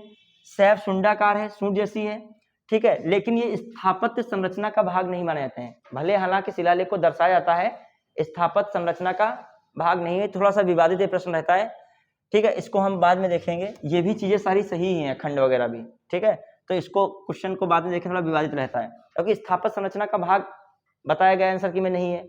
लेकिन फिर स्थापत्य संरचना में अशोक के शिलालेखों का क्या किया जाता है? उल्लेख किया भी जाता है, तो इसको भी हम बाद में देखेंगे। चलिए, कहाँ पे? ब्राह्मी लिपि को सर्वप्रथम किसने पढ़ा? सिंपल है, कौन पढ़ेगा? James Prinsep. वह स्थान जहां पर प्राक अशोक ब्राह्मी लिपि, याद रखेगा, प्राक अशोक ब्राह्मी लिपि का पता चला है, तो बच्चे अनुराधापुर ये श्रीलंका में पढ़ता था। कहाँ पढ़ता था? श्रीलंका में। प्राक अशोक ब्राह्मी लिपि कैसी है? प्राक अशोक ब्राह्मी लिपि, ब्राह्मी लिपि नहीं है भारत, ब्राह्मी लिपि तो भारत नहीं है, प्राक अशोक ब्राह्मी लिपि का जिक्र है। प्राचीन भारत में निम्नलिखित में से कौन सी एक लिपि दाईं ओर से बाईं ओर, मतलब दाईं ओर से बाईं ओर, कौन है? खरोष्ठी है, याद रखिए, कौन है? खरोष्ठी। ब्राह्मी लिपि का प्रथम उद्वाचन किस पर उत्कीर्ण जो है किया गया था? पत्थरों की पट्टियों पर, पत्थरों पर ही सब बन रहा था। पत्थर पर प्राचीनतम शिलालेख किस भाषा में थे? पत्थरों पर प्राचीनतम शिलालेख किस भाषा में थे? प्राकृत, तो लिपि है ब्राह्मी। बच्चे, ब्राह्मी क्या है? लिपि है। तीर्थ यात्रा के समय सम्राट अशोक निम्नलिखित स्थानों पर गए, उन्होंने किस मार्ग का अनुसरण किया? मैंने एक बार पढ़ाया था जीके एलके, ठीक है, तो जीके एलकेएस या जीके लखनऊ स्कूल जो है, एलके जो है लखनऊ स्कूल, कुछ याद रख लो। जीके हो तो बड़े याद ही रखिएगा। जी फॉर गया, फिर गया के साथ, ठीक है, फिर जी के बाद कौन आएगा? कुशीनगर, कौन है? कुशीनगर, तो 1 3, ठीक है। फिर जी के एल कौन है? लुम्बिनी। फिर के कपिल वस्तु दिख रहा है। एस अब बचेगा एस, सारनाथ, और कौन है? तो कौन सा सेंटेंस बन रहा है? कौन बन रहा है? कौन सा बन रहा है बताइए? कौन सा? 1 3 4 2 5 6, क्लियर है? ये याद रख पाओ यार, बहुत कठिन क्वेश्चन है ये। मान लिया आया है पीसीएस में तो बना भी सकता है, दे भी सकता है। तो जी के एल के, देखो जी मतलब गया में हुआ, इनको ज्ञान प्राप्त हुआ था गौतम बुद्ध को। फिर सीधे जो है मृत्यु वाला सीन कहाँ पे है? कुशीनगर। फिर आ जाइए, देखिए दोनों स्थान पास है, लुम्बिनी भी जन्म स्थान का है, और कौन है? कपिल वस्तु भी उनका क्या है? संबंधित जन्म स्थान। तो ये पास रहेंगे, ये अब लास्ट वाला कौन है? सारनाथ और श्रावस्ती, क्लियर। तो कुछ ऐसे याद रखने के लिए बनाओ। अशोक के शासन काल में बौद्ध सभा किस नगर में आयोजित की गई थी? अशोक के शासन काल में कहाँ हुई थी? पाटलिपुत्र। कौन थे? मोगली पुत्र इसके क्या थे? अध्यक्ष थे। कौन से पिटक बटे थे? अभिधम पिटक बना था इनके समय। कौन? अभिधम पिटक के रचनाकार कौन थे? हाँ, मोगली पुत्र, क्लियर। और जो है सुत्त पिटक के कौन थे? आनंद। और जो है विनय पिटक के कौन थे? सुत्त पिटक किससे संबंधित था? नहीं, सूत्र पिटक किसे था? नैतिक और धर्म सिद्धांत थे। फिर विनय पिटक नियम वगैरह थे, बौद्ध संघ के नियम। और दर्शन संबंधित कौन था? अभिधम पिटक। चलिए दिमाग में रखिए हर टाइम। निम्नलिखित में किस दक्षिण राज्य का उल्लेख अशोक के अभिलेखों में है? अभी मैंने कहा था चोल का भी मिलेगा, पांडे का भी मिलेगा, सत्यपुत्र का भी, सत्यपुत्र का भी मिलेगा, किसका नहीं मिल रहा है? और यही आंसर सही है। यहाँ पर केरल सूत्र लिख देता तो वो बात क्या हो जाती? सही होती। तो ऐसे क्वेश्चन आ रहे हैं, देखिए यूपी पीसीएस 5 में आया था। अब आइए जो है कनिष्क से उसकी मृत्यु के समय, समुद्रगुप्त से उसकी मृत्यु के समय, देखते जाइएगा नक्शा। फिर अशोक के समय, उसके शासनकाल के अंतिम समय हर्ष, तो ये किसके समय हो सकता है? देखो दक्षिण वाला छुड़ा है ना, मैंने भी कहा था श्रीलंका दक्षिण भारत का साम्राज्य किसके समय नहीं था? इसके विस्तार किसका नहीं था? अशोक का। और उधर साइड में देखो असम छूटा है कि नहीं? इधर वाला असम पहले बहुत बड़ा माना जाता था। तो देखिए क्लियर है कि नहीं? तो कौन सा लगाओगे? अशोक। क्लियर। फिर आइए कौशाम्बी। कौशाम्बी के याद रखिएगा, पूछे जा सकते हैं। कौशाम्बी कौन है? घोषिताराम मठ। कौन है बच्चे? घोषिताराम मठ। कुशीनगर, ठीक है, कुशीनगर कौन है? रानाभर। कौन है? रानाभर। और सारनाथ याद रखिएगा, धमेक है। श्रावस्ती कौन है? सहेत महत है। 2 फिर 3 फिर 1 फिर कौन? 4। 2 3 1 4, 2 3 1 4 कहाँ है? 2 3 1 4, 2 3 1 4 कौन है? सी वाला। क्लियर। फिर आइए निम्नलिखित में से किस अभिलेख में चंद्रगुप्त और अशोक दोनों का उल्लेख किया गया है? चंद्रगुप्त और किसका? अशोक दोनों का उल्लेख किसमें किया गया है? अभी बताइए। देखो गौतमीपुत्र सातकर्णी तो कैंसिल ही है, ये तो सातवाहन के बारे में बात हो रही है। महाक्षत्रप रुद्रदामन का जूनागढ़ अभिलेख, अशोक का गिरनार अभिलेख, ये तो नहीं हो सकता है। स्कंदगुप्त का जूनागढ़ अभिलेख कौन हो जाएगा? रुद्रदामन का। है सही है कि अशोक और उनका दोनों का उल्लेख है कि नहीं? फिर आइए कौन रहेगा बच्चे? रह गए। चलिए जल्दी से इसको भी कर देंगे। अब जब क्वेश्चन सीरीज लगा रहे होगे, लग रहा होगा कितना जो है हम लोगों को इसमें पढ़ना पड़ा। सोचो बिना पढ़े इसे पहुंच जाओगे मौर्य वंश में तो कैसे क्या हालत होगी। पता कौन सी लाइन उसमें बना के रखे। पढ़े वालों को तो दिमाग लगाना पड़ेगा, और तुम जड़ से ही नहीं पढ़े तो क्या होगा? ठीक है दिमाग भी नहीं लगाओगे, कूल होके फिर बाद में कहोगे पेपर सरल आया था अत्यंत। ठीक, एक ही लाइन फिर बनती है जो है अशोक कालीन अभिलेख खरोष्टी लिपि में है बच्चे। सहबाजगढ़ी जो पाकिस्तान में जो लिपि रहेगी वो कौन रहेगी? खरोष्टी रहेगी। क्लियर।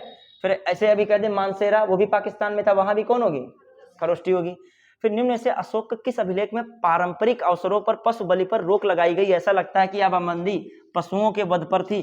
अशोक जो अहिंसावादी थे, क्लियर, उन्होंने अहिंसा का प्रचार किया। अब देखिए तो इसमें किसमें था? किसमें जो है पशुओं की जो है वध पर रोक लगाई गई थी? अभिलेख शिलालेख जो है शिला अभिलेख 1। क्लियर, किसमें? 1 में। अगला टॉलमी फिलाडेल्फस, अभी मैं कह रहा था, उन्हीं का नाम तुर्मे था। कहाँ के जो अशोक के राजनयिक संबंध थे? कहाँ का शासक था? मिस्र का। फिर अशोक के शिलालेखों में प्रयुक्त भाषा थी प्राकृत। कौन थी? प्राकृत। फिर आइए ये तो बड़ा खतरनाक क्वेश्चन दे दिया है। ठीक है, ये क्वेश्चन थोड़ा सा खतरनाक है। हाँ देखिए आपका जो है पहले जानते कौन हो? पहला शिलालेख अभी पढ़े हो पशु बलि पर रोक, तो तुम्हारा जो है कौन सा मिल रहा है? बी का दूसरा। तो कोई बात ही नहीं, सारे हैं भाई। ठीक है। फिर आइए जो है आपका जो 12 कौन सा है यहाँ पे? 12 शिलालेख, ये बहुत फेमस है। ये हमने पढ़ा था 2021 से 22 के पीसीएस में आया भी था। धार्मिक श्रेष्ठता सीधा आया था। 12 अभिलेख किससे संबंधित? धार्मिक श्रेष्ठता, जिसको पता था सीधे लगा दिया। ठीक, धार्मिक श्रेष्ठता कौन हो गया? 4। डी का कौन हो गया? 4। अब देखो एक ऑप्शन क्या हो गया? कट गया। और कौन सा कट गया? 2 कट गए। ठीक है, हाँ। फिर आइए जो चौथा है, चौथा रज्जुकों की न्यायिक नियुक्ति 8वां। देखो एच का 8 मिल रहा है इसके साथ, कौन है इसका? एच का 8, सी वाला मिल रहा है। चलिए अब आइए 5वें में कौन? धम्म महामात्र, तो कौन सा हो गया? सी। अब आ जाइए शिलालेख 9 क्या कह रहा है? शिलालेख 9 ये कौन सा आपका है? ई का तीसरा देखो कौन है? शिलालेख 9 धम्म मंगल। कौन कह रहा है? धम्म मंगल। फिर शिलालेख 6 शिलालेख 6 कौन है? 6 कौन है? सर्वलोकवादी कह रहा है, जो है कौन है? सर्वलोकहित मेरा क्या है? कर्तव्य है। कौन है? 6। चौथा हो गया, 5वां हो गया, और कौन हो गया? 6। फिर आ जाइए कौन है इसमें बचा? 8 13वां कहाँ गया? सिंपल कलिंग वाला तो यही है, याद रखिएगा। 13वां कलिंग युद्ध की विजय तथा क्षतियां। फिर क्या है आपका? 7वां जो है कौन? 8वां कौन है? धर्म यात्रा, तो कौन हो गया? सी। तो अब कुछ याद रख लेगा शिलालेख भी ज़्यादा। तो जो इम्पोर्टेंट सबसे ज़्यादा कौन है आपका, एक रज्जुक वाला भी इम्पोर्टेंट है। रज्जुक चूंकि सबसे बड़ा अधिकारी होता था, जो जिले का अधिकारी जैसे होता है जिलाधिकारी, इस समय जिलाधिकारी होता है, वैसे उस समय कौन था, रज्जुक। क्यों, क्योंकि इसके पास न्याय की भी पावर थी और इसके पास कैसी पावर थी, दंड देने की भी, मतलब जो है दंड वाली भी पावर थी, मतलब पुलिसिंग पावर भी थी और जस्टिस वाली भी पावर थी किसके पास, रज्जुक है। तो रज्जुक इंपॉर्टेंट चौथे में हो गया। धम्म महापात्र किस में हो जाएगा, पांचवें में। इसके अकॉर्डिंग तो यही चल रहा है। और जो है फिर जो आपका छठा कौन हो जाएगा, सर्वलोकहित मेरा क्या है, कर्तव्य है। 13वां तो यही हो गया। 12वां पिछली बार 22 में पूछा गया था, तो धार्मिक सहिष्णुता वाला हो गया। और 8वां धर्म यात्रा, क्लियर। 8वां कौन है, धर्म यात्रा। 9वां कौन है, धर्म धम्म मंगल, क्लियर। फिर 13 सब हो गया। तो कौन सा, सी ऑप्शन इज राइट। कौन सा ऑप्शन। फिर आइए, कलिंग युद्ध की विजेता क्षत्रियों का वर्णन अशोक के किस लेख में है, 13वां में। अब बता दो जो है इसमें किसकी बात की गई है, पशु, वो जो है पशु बलि पे रोक की बात की गई है। इसमें बताया गया वही दक्षिण भारत के राज्यों का उल्लेख है, क्लियर। हाँ, अब आ जाइए शिलालेख थर्ड में क्या है, 12 में क्या है, हाँ क्या है 12 में, ठीक। चलिए अगला जो है धार्मिक सहिष्णुता, ठीक है। फिर सारनाथ स्तंभ का निर्माण किसने कराया था, अशोक ने। कहाँ पर है, वाराणसी में। कालसी प्रसिद्ध है अभी अशोक के, अभी मैंने लिखा था। फिर आइए, उत्तराखंड में सम्राट अशोक के शिलालेखों की प्रति कहाँ मिली है, कालसी में। कहाँ मिली, देहरादून में स्थित है कौन, कालसी, क्लियर। फिर निम्नलिखित में से किसे सर्वश्रेष्ठ स्तूप मानते हैं, सर्वश्रेष्ठ बच्चे सांची को मानते हैं। इसी से हमने उस दिन सब बताया था, ईएसटी क्या है, दक्षिणापथ क्या है, तोरण क्या है, सबसे अच्छा समझने के लिए कौन है, अंड क्या है, सब कुछ किसमें अच्छा आता है, इंपॉर्टेंट जो है सांची से आप समझ सकते हो। बढ़े आगे, कौन से किस क्वेश्चन पहुंचे, 54 वाले में। निम्नलिखित में से हो चुका है ना, हाँ। ईसवी सन के पूर्व की कुछ शताब्दियों में निम्नलिखित में से किन शासकों ने गिरनार क्षेत्र में जल संसाधन व्यवस्था की ओर ध्यान दिया था, बताइए। जल संसाधन व्यवस्था की ओर ध्यान दिया था बच्चे। देखिए बात सही है, महापद्म नंद को काट दिए, ठीक है। अब देखो एक और भी चीज तो देखो, ईसा सन पूर्व जितने भी आते हैं 2 लोग, चंद्रगुप्त हो या अशोक हो, ईसा पूर्व में है। रुद्रदामन का 150 एडी में मिलता है, 150 किसमें, एडी में। फिर क्या हुआ, अच्छा ठीक ठीक है, वेरी गुड, हाँ। और फिर स्कंदगुप्त का क्या है, उसके बाद ही है। तो ईसा पूर्व में कौन कौन हो गए, चंद्रगुप्त मौर्य, अशोक। रुद्रदामन तो कहाँ निकल गए, एडी में, तो ये वाला। और महापद्म नंद तो है ही नहीं, तो कौन बचा। अच्छा क्वेश्चन था इस तरीके, मतलब ईसीएस में एक लाइन टोक रोके देखो, ईसवी सन के पूर्व, ठीक है। हाँ, और 2 3 4 लगा दियो का, ये तो क्वेश्चन बड़ा सरल था आंसर की के अकॉर्डिंग। बाद में आंसर किया ही, फिर तुम कह रहे हो आंसर की गलत हो गई, फिर और किसी टीचर ने बता दिया इस चीज को देख लीजिए, फिर कहे हाँ यही होगा। जल की आवश्यकता को ध्यान में रखते हुए जिस प्रथम शासक ने गिरनार क्षेत्र में एक झील का निर्माण कराया था, कौन थे, ठीक है। प्रसिद्ध यूनानी राजदूत ने मेगास्थनीज भारत में किसके दरबार में आया था, किसके, चंद्रगुप्त मौर्य। ये नहीं अशोक बार बार पढ़ रहे तो अशोक, ये भी सही हो जाएगा। ये बच्चे इंडिका इन्होंने पुस्तक ली, कौन सी, इंडिका। ये कई चीजें बताते हैं इंडिका में। इन्होंने बताया था कि जिले का जो होता था प्रशासन, वो 30 सदस्यीय समिति देखती थी। कितने सदस्य, उससे घुमा सकता है। उसमें 6 समितियां बनी थी। कितनी समितियां बनी थी, तो खुद ही बता दोगे। 6 समितियों में प्रत्येक समिति में कितने सदस्य रहे होंगे, 5 सदस्य रहे होंगे, क्लियर। हाँ, अब आइए दूसरी बात, इन्होंने समाज को 7 वर्गों में बांटा था। कितने में बांटा था, 7 वर्गों में। तो ये भी थोड़ा सा दिमाग में रखिएगा। जैसे इनके अनुसार दार्शनिक थे, एक वर्ग कौन था, दार्शनिक वर्ग था। दूसरा वर्ग ये किसको मान रहे थे, कृषक को मान रहे थे। किसको मान रहे थे, कृषक। तीसरा वर्ग किसको मान रहे थे, पशुपालक। किसको मान रहे थे, फिर चौथा किसको मान रहे थे, पशुपालक के अलावा बताइए, कारीगर। किसको मान, मिस्त्री, कारीगर। किसको मान रहे थे, कारीगर। फिर किसको मान रहे थे, कारीगर, लिखा समझ में आ रहा है, कारीगर। हाँ, फिर कारीगर के अलावा योद्धा भी मानते थे, बिना योद्धा के भी नहीं चल पाएगा कुछ मामला, तो योद्धा को भी मानेंगे। फिर एक निरीक्षक को भी मानेंगे। किसको मानेंगे, ठीक है, तो ये निरीक्षक को भी मान रहे हैं। फिर एक मंत्री भी होना चाहिए, इनके अनुसार क्या था, मंत्री। तो सोचिए 7 हैं ये, एक बार दिमाग में रख पाना तो रख लेना, 6 नहीं 7 हो गए होंगे। देखिए दार्शनिक हो गया, कृषक हो गया, पशुपालक हो गया, और 3 ये देखिए 3 3 तो 6 हो गए, कितने हो गए, 7, ठीक है। तो 7 हो गए। ऐसे क्वेश्चन आ जाएगा, इनमें से 7 श्रेणियों में किसे शामिल नहीं किया था, क्लियर। वो अलग कोई रख देगा, दार्शनिक हटा के कोई जाति वर्ग वाला रख दे कोई, वहां पे दूसरे 7 वर्ग है तो उसमें जाति होगी शामिल, ऐसा नहीं है, ठीक है। फिर आइए, तो आपका ये भी हो गया 7। ये क्वेश्चन भी आया है क्या? ये कोई क्वेश्चन भी आया है? कौन आया है? 7। मेगास्थनीज ने भारतीय समाज को कितने वर्ग में बांटा था? 7 वर्ग। मैंने 7 वर्ग लिखाए हैं आपके, ठीक है। देखो कितना सरल है। कृषक है, कृषक के साथ पशुपालक तो अपने आप होता है। बिना हमने कहा था कोई भी समाज योग्य लोगों के नहीं चल पाएगा, तो कौन है? दार्शनिक। जहां दार्शनिक होगा तो सब कुछ कंट्रोल में रहेगा, उसके लिए क्या होना चाहिए? योद्धा होना चाहिए। अब जो बनाएगा, निर्माण करेगा, जो चीजें बनेगी तो कौन बनाएगा? कारीगर बनाएगा। देखो इन्होंने बड़ा सिस्टम से रखा है हर चीज को। कारीगर भी अपनी इंपॉर्टेंस रखता है। फिर देखा कि इन्होंने क्या, निरीक्षक इसका क्या होना चाहिए? सब कुछ सही चल रहा है कि नहीं चल रहा है, कौन होना चाहिए? निरीक्षक। और फिर राजनीति के इन्होंने किसको ले आए? मंत्री को भी ले आए हैं, ठीक है। चलिए अगला कहा, वर्तमान नगर पालिका प्रशासन का कौन सा कार्य मॉल कार्य से जारी हुआ? बच्चे जो है नाप तौल का निरीक्षण, वस्तुओं कीमतें निर्धारित करना, जन्म एवं मृत्यु का क्या? पंजीकरण। ये भी हो जाएगा। गांव के शासन को स्वायत्त शासी पंचायतों के माध्यम से संचालित करने की व्यवस्था, मतलब स्वायत्त शासी पंचायत के रूप में गांव का शासन हो, ये किसने शुरू किया था? याद रखेगा, मौर्यों ने। अच्छा क्वेश्चन है। सार्थवा किसे कहते थे बच्चे? व्यापारियों के काफिले को। किसे कहते थे? व्यापारियों के। पंकोद सन्निरोधे। पंक मतलब कीचड़, तो कीचड़ वाली चीज होनी चाहिए। पीने के पानी का गंदा नहीं, सड़क पर कीचड़ फैलाने पर। क्लियर। चलिए अब हिंदी माध्यम में जो इनका होगा, इनको फायदा है, पंक वाला पता होगा, वरना वो पंक सन्निरोध यादें करने में बड़ा मुश्किल हो जाएगी। अब बताइए, खुद ही बताओ, सबसे पहले इसमें कौन आएगा? मेगास्थनीज आएगा। मेगास्थनीज के बाद कौन आएगा? चंद्रगुप्त द्वितीय आएगा कि नहीं आएगा? मतलब गुप्त वंश आएगा कि नहीं? चंद्रगुप्त द्वितीय। तो कौन आएगा? फायान। फायान के बाद कौन आएगा? हेनसांग, ठीक है। फिर कौन आएगा? सिंह। 3 1 4 2। 3 1 4 2 है।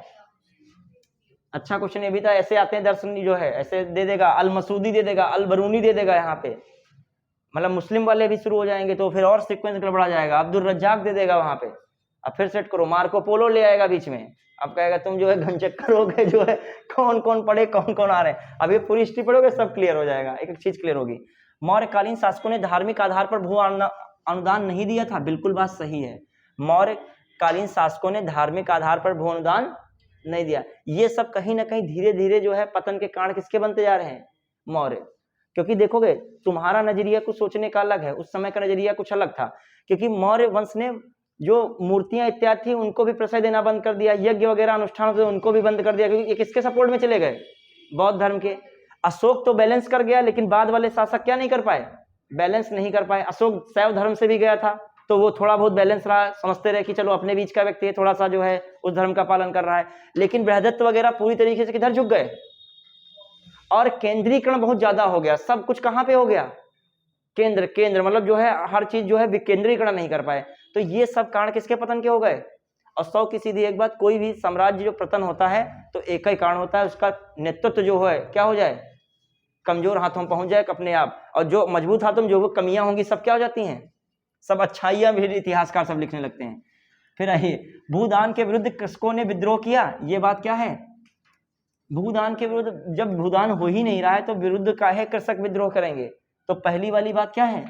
सही है। दूसरी वाली बात क्या है? गलत। समझ रहे हैं कि नहीं? बढ़िया आगे यह चीज समझिएगा। अच्छा, जो भूदान सबसे पहले शुरू किसने किया था? सातवाहनों ने। किसने शुरू किया था?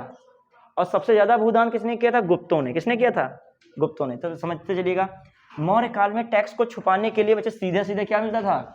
ये तो बहुत कठिन था अहिंसावादी लेकिन टैक्स वैक्स जो इस समय ये हो जाए तो टैक्स के लिए 2 दिन पहले लोग क्या कर देंगे? जमा कर, कहेंगे जो कुछ करो एडवांस 2-3 महीने जमा कर देंगे और 10 जगह लिख देंगे यहाँ पर टैक्स जमा करना है, यहाँ पे निकलते टाइम भी याद रहे टैक्स जमा करना है। ठीक है, चलिए। हाँ चलिए, मौर्यकालीन न्याय व्यवस्था में निम्न को नीचे दिए गए कूट के माध्यम से धर्म स्थी। बच्चे याद रखेगा, देखो न्यायालय होते थे, उनको एक को धर्म स्थी कहा गया न्यायालय को, एक को क्या कहा? कंटक शोधन। तो क्या है? जैसे धर्म स्थी, याद रखेगा क्या होता है? धर्म स्थी मतलब था दीवानी। कौन सा? दीवानी। क्रिमिनल वाला कंटक कांटा, कुछ ऐसे याद रखिए, क्रिमिनल से संबंधित है कुछ। तो कंटक कांटा कहाँ में जो है चुभ हो गए, जो सब किसमें आ जाएंगे? एक्टिविटी क्रिमिनल में आ जाएंगी। तो क्रिमिनल के लिए कौन है? फौजदारी। कुछ याद रखने के लिए बता रहा हूँ। धर्म स्थी मतलब धर्म एक व्यवहारिक लग रहा है, और कंटक एक क्या लग रहा है? कांटा वाला टाइप का लग रहा है, यहाँ पर क्रिमिनल आ जाएगा, दिमाग में रखिएगा। अब आइए, ऐसे ही प्रतिष्ठा, कुछ नाम लग रहा है प्रतिष्ठा, कुछ ऐसा लग रहा है जटिल नाम है। व्यवहारिक फिर मॉडरेट में पहुंचे। व्यवहारिक का मतलब कूल है, व्यवहारिक का मतलब किसमें? दीवानी में। और प्रतिष्ठा किस में चले गए? और कुछ याद रखो बस, ठीक है, याद रखने के लिए है। अब आइए देखो मिल रहा है कि नहीं, पहले बताया तो बहुत है इसमें। 3 4 2 1, 3 4 2 1 है कि नहीं? तो कौन हो गया? A option is right. Clear है कि नहीं? बढ़िया आगे। कितना टाइम हो रहा है अभी? 7। चलिए भी जो है कवर कर देंगे हम लोग। हाँ अभी बस आ गए 100 के आसपास क्वेश्चन ही है। किस ग्रंथ में उल्लिखित है कि प्राचीन भारत में दास्तान नहीं थी? बच्चे किस में उल्लिखित है प्राचीन भारत में दास्तान नहीं थी? हाँ बताइए। इसमें जो अर्थशास्त्र है और इंडिका है, इसमें किसमें बताया गया है? जो है इंडिका में बताया गया है 6। बुलंदी बाग प्राचीन स्थान था, अभी मैं नाम ले रहा था, पाटलिपुत्र में मिले हैं बुलंदी बाग में, जो है लकड़ी के जो खंडहर मिले हैं महल के। कहाँ पे बुलंदी बाग कहाँ है? पाटलिपुत्र 5। अच्छा मौर्य काल में शिक्षा का सर्वाधिक प्रसिद्ध केंद्र था तक्षशिला था। कौन था? और तक्षशिला से शिक्षा किसने ली थी? चाणक्य ने। जो जीवक भी थे उन्होंने भी कहाँ शिक्षा ली थी? जीवक किसके राज्य गए थे? बिंबिसार के थे। ऐसे कुछ याद रखिएगा, सब पूछे बड़े जाते हैं। सुश्रुत हैं जो सब जितने भी ये लोग बड़े लोग हैं सब, ठीक है। द्वितीय बौद्ध संगीत वहां जब नाम आते हैं ना, धन्वंतरी और सुश्रुत और ये जीवक, और जो है दिमाग चलना थोड़ी देर तो बंद हो जाता है, फिर दिमाग लगाते रिकॉल में। फिर द्वितीय बौद्ध संगीत का आयोजन कहाँ हुआ था? बताइए, सिंपल है। कहाँ पे? वैशाली में। फिर किस ग्रंथ में पुनर्विवाह वर्जित है? मनुस्मृति में। किस ग्रंथ में पति द्वारा परित्यक्त पत्नी के लिए विवाह विच्छेद की अनुमति दी गई है? ये कहा जा रहा है अर्थशास्त्र में, चाणक्य ने कहा है किस ग्रंथ में पति द्वारा परित्यक्त पत्नी के लिए विवाह विच्छेद की क्या दी गई? अनुमति। मतलब इन्होंने बताया चाणक्य ने कि क्या बेटर है, यदि पति बहुत दिन बाहर रहता है या पति जो है किन्हीं कारणों से नहीं वापस आ पाता है, तो पत्नी जो है उसको क्या कर सकती है? त्याग कर सकती है। क्या कर सकती है? त्याग कर सकती है। और पति के लिए भी ये नियम बताया है, यदि पत्नी बंध्या है, मतलब बेबी नहीं हो रहा है, यदि दूसरा कारण क्या हो सकता है, यदि पत्नी का कोई कैरेक्टर संबंधित बात है, उसका चाल चलन ठीक नहीं, तो पति क्या कर सकता है? तो ये बात, यही इसके विच्छेद की बात बताई गई जो मैं बता रहा हूँ। क्लियर? लेकिन जो मनुस्मृति में मनु ने लिखा है क्या, उसमें कहा है कि यदि पत्नी जो है क्या हो जाए कि मृत्यु हो जाए, तो पति जो है दूसरा विवाह कर सकता है, ठीक है। लेकिन यदि पति की मृत्यु हो जाए तो पत्नी विवाह नहीं कर सकती। तो इसी का मतलब क्या निकला है, जो है यहाँ पे आया है पुनर्विवाह वाला, तो है ही नहीं इसमें, पुनर्विवाह वर्जित है। अच्छा है ना, इसमें कौन सा में रखा है? ठीक, समझ पाया कि नहीं पूरा कॉन्सेप्ट? चलिए कौन सा नंबर लगाओगे? 6 5 1 2 3, 6 5 1 2 3 4, 6 5 1 2 3 4 है राइट आंसर। समझ पाया कि नहीं? अगला ये। अच्छा ये क्या इंडिका में, ये देखो दिमाग इनका क्या था, कह रहे थे किस ग्रंथ में उल्लिखित है कि प्राचीन भारत में दास्ता नहीं थी। ये बता रहे थे भारत को लिखने की शैली नहीं पता थी, लिखने कला नहीं आती थी। कौन ये सब बता रहा है? इंडिका में बताया जा रहा है, और इतनी सब चीजें लिख डाली गई, ठीक है। अर्थशास्त्र तो उसी समय का है। चलिए कहाँ पे है? रज्जुक थे। रज्जुक थे कौन? मौर्य शासन में क्या थे? अधिकारी थे। फिर निम्नलिखित में से कौन सा अधिकारी मौर्य प्रशासन का भाग नहीं था? मौर्य प्रशासन का भाग नहीं था। अच्छा रज्जुक तो थे ही थे, युक्त भी थे, प्रादेशिक अग्रहारिक नहीं था। कौन नहीं था? अग्रहारिक नहीं था। फिर आ जाइए जो है फिर अग्रोनोमोई, ठीक है। फिर भी इसको कौन सा नाम, इसका क्वेश्चन कौन है 70, इसको देख लेंगे, फिर भी हमारे अकॉर्डिंग अग्रहारिक होगा। फिर अग्रोनोमोई बच्चे बहुत इंपॉर्टेंट है। अग्रोनोमोई जिले का अधिकारी, अभी मैं पढ़ा रहा था अग्रोनोमोई। अच्छा ये नहीं पढ़ा है, अग्रोनोमोई जिले का अधिकारी, जिला अधिकारी नहीं, जिले का अधिकारी। बहुत सारे अधिकारी जिले के, जो जिले का अधिकारी। फिर है शुल्काध्यक्ष, पहले सीता अध्यक्ष, कृषि भूमि का अध्यक्ष, याद रखेगा। सीता अध्यक्ष क्या? कृषि भूमि का अध्यक्ष। फिर आ जाइए अकरा अध्यक्ष, अकरा है खानों का अध्यक्ष। कौन है अकरा अध्यक्ष? खानों का। शुल्काध्यक्ष व्यवसाय व्यापार कर अधिकारी। तो कौन हो गया? 3 1 2 4, 3 1 2 4। अगला बढ़िए फटाक से। बहुत अच्छा शानदार क्वेश्चन है, देखो कितने में आया है, सब सन में लगातार आया है। भाग एवं बलि। देखिए भाग क्या होता था, राजा किसी भी कृषि का एक हिस्से का मालिक अपने आप हो जाता था। समझ पाए बात को? मतलब कोई भी खेत है उसके एक हिस्से का मालिक राजा क्या हो गया? खुद हो जाता था, अपने आप राजा मालिक ही है उसका, क्योंकि वो उतना हिस्सा क्या जाएगा उसके टैक्स में जाएगा, तो एक हिसाब से वो क्या हो गया? भाग। इसी तरीके से टैक्स के रूप में क्या था? बलि था। तो भाग एवं बलि क्या है? राजस्व के स्रोत हो गए कि नहीं हो गए? फिर आ जाइए सीता। अच्छा, पहले अंतपाल भी सीमा रक्षक हो गए, ठीक है। सीता क्या था? आय हो गया, ठीक है। फिर समाहर्ता कौन हो गया? राजा संज्ञा। तुम लोग टैलेंटेड हो, हम समझ गए टैलेंटेड और काहे हो, ठीक है। ठीक है, हाँ चलिए, कौन हो गया? 4, ठीक है, 3 और जो है कौन सा है? 2 और जो है 1। 4 3 2 1। हम सोच रहे कंफ्यूज भी नहीं हो रहे बिल्कुल, जो है सीता में और जो है किसमें? समाहर्ता में, ठीक है। चलिए, अच्छा, हाँ, राजकीय जो है कृषि भूमि का अध्यक्ष, हाँ। और फिर यहाँ भी कुछ बन रहा होगा। चलिए अगला आइए, फटाक से देखते हैं, ठीक है। देखो, पौतवा अध्यक्ष, ये याद रख लीजिएगा, आया है आरएएस में, पौतवा, ठीक है। पौतवा का मतलब माप तौल। देखो, पौतवा माप तौल, तार है कि नहीं, कुछ याद रखने के लिए, पौतवा और तौल, ठीक है। फिर है पन्या। पन्या में वाणिज्य में देखो, या ये अड़ा नहीं कुछ आ रहा है, इसको सोच लीजिएगा ना, उल्टा ना कर दीजिएगा, इसे याद रखिएगा, तभी मैं बता रहा हूँ शॉर्टकट इसका, मतलब कंफ्यूज ना हो, ठीक है। फिर सीता तो बार बार आ रहा है, सीता मतलब कृषि विभाग का अध्यक्ष। सूनाध्यक्ष, सूना कब हो जाएगा? जानवरों को क्या कर दिया था? काट दिया जाएगा, तो सूनापन आ जाएगा, तो क्या हो जाएगा? सूना अध्यक्ष क्या हो जाएगा? बूचड़ खाने वाला। एग्रोनोमोई अभी बार बार आ रहा था, जिले का अधिकारी, 8 हो गया। शुल्काध्यक्ष व्यवसाय कर, ये कितना हो गया? 5 हो गया। जो है मुद्रा अध्यक्ष, छपाई मुद्रा होता है, मुद्रण, मुद्रण लिखा होता है, मुद्रण का मतलब क्या है? कहाँ पे लिखा है? हाँ, पासपोर्ट विभाग का भी कह देते थे, और जो है छपाई से भी संबंधित हो जाता था, और टकसाल से भी संबंधित था। पासपोर्ट का मुद्रण हो रहा है, पासपोर्ट से भी कर सकते हो। और कौन बचा है? अकराध्यक्ष अभी करे थे, कौन? खानों का नियंत्रक। तो कौन हो गया? 2 हो गया, 1 हो गया, 3 हो गया, 4 हो गया, 2 1 3 4 8 5 6, 2 1 3 4 जो है 2 3, ठीक है, 2 3, हाँ 2 1 3 4 8 5 6, सही तो है। और जो है 8 5 7 6, ठीक है। चलिए अगला, सही है वो, बिल्कुल सही है। अगला बढ़े, चलिए। मौर्य नरेशों के बारे में निम्नलिखित में से कौन सा कथन सही है? उन्होंने विकास किया। किसी को नरेश बोल दो तो अपने में प्राउड फील करता है वो। क्या तो सीतापुर नरेश।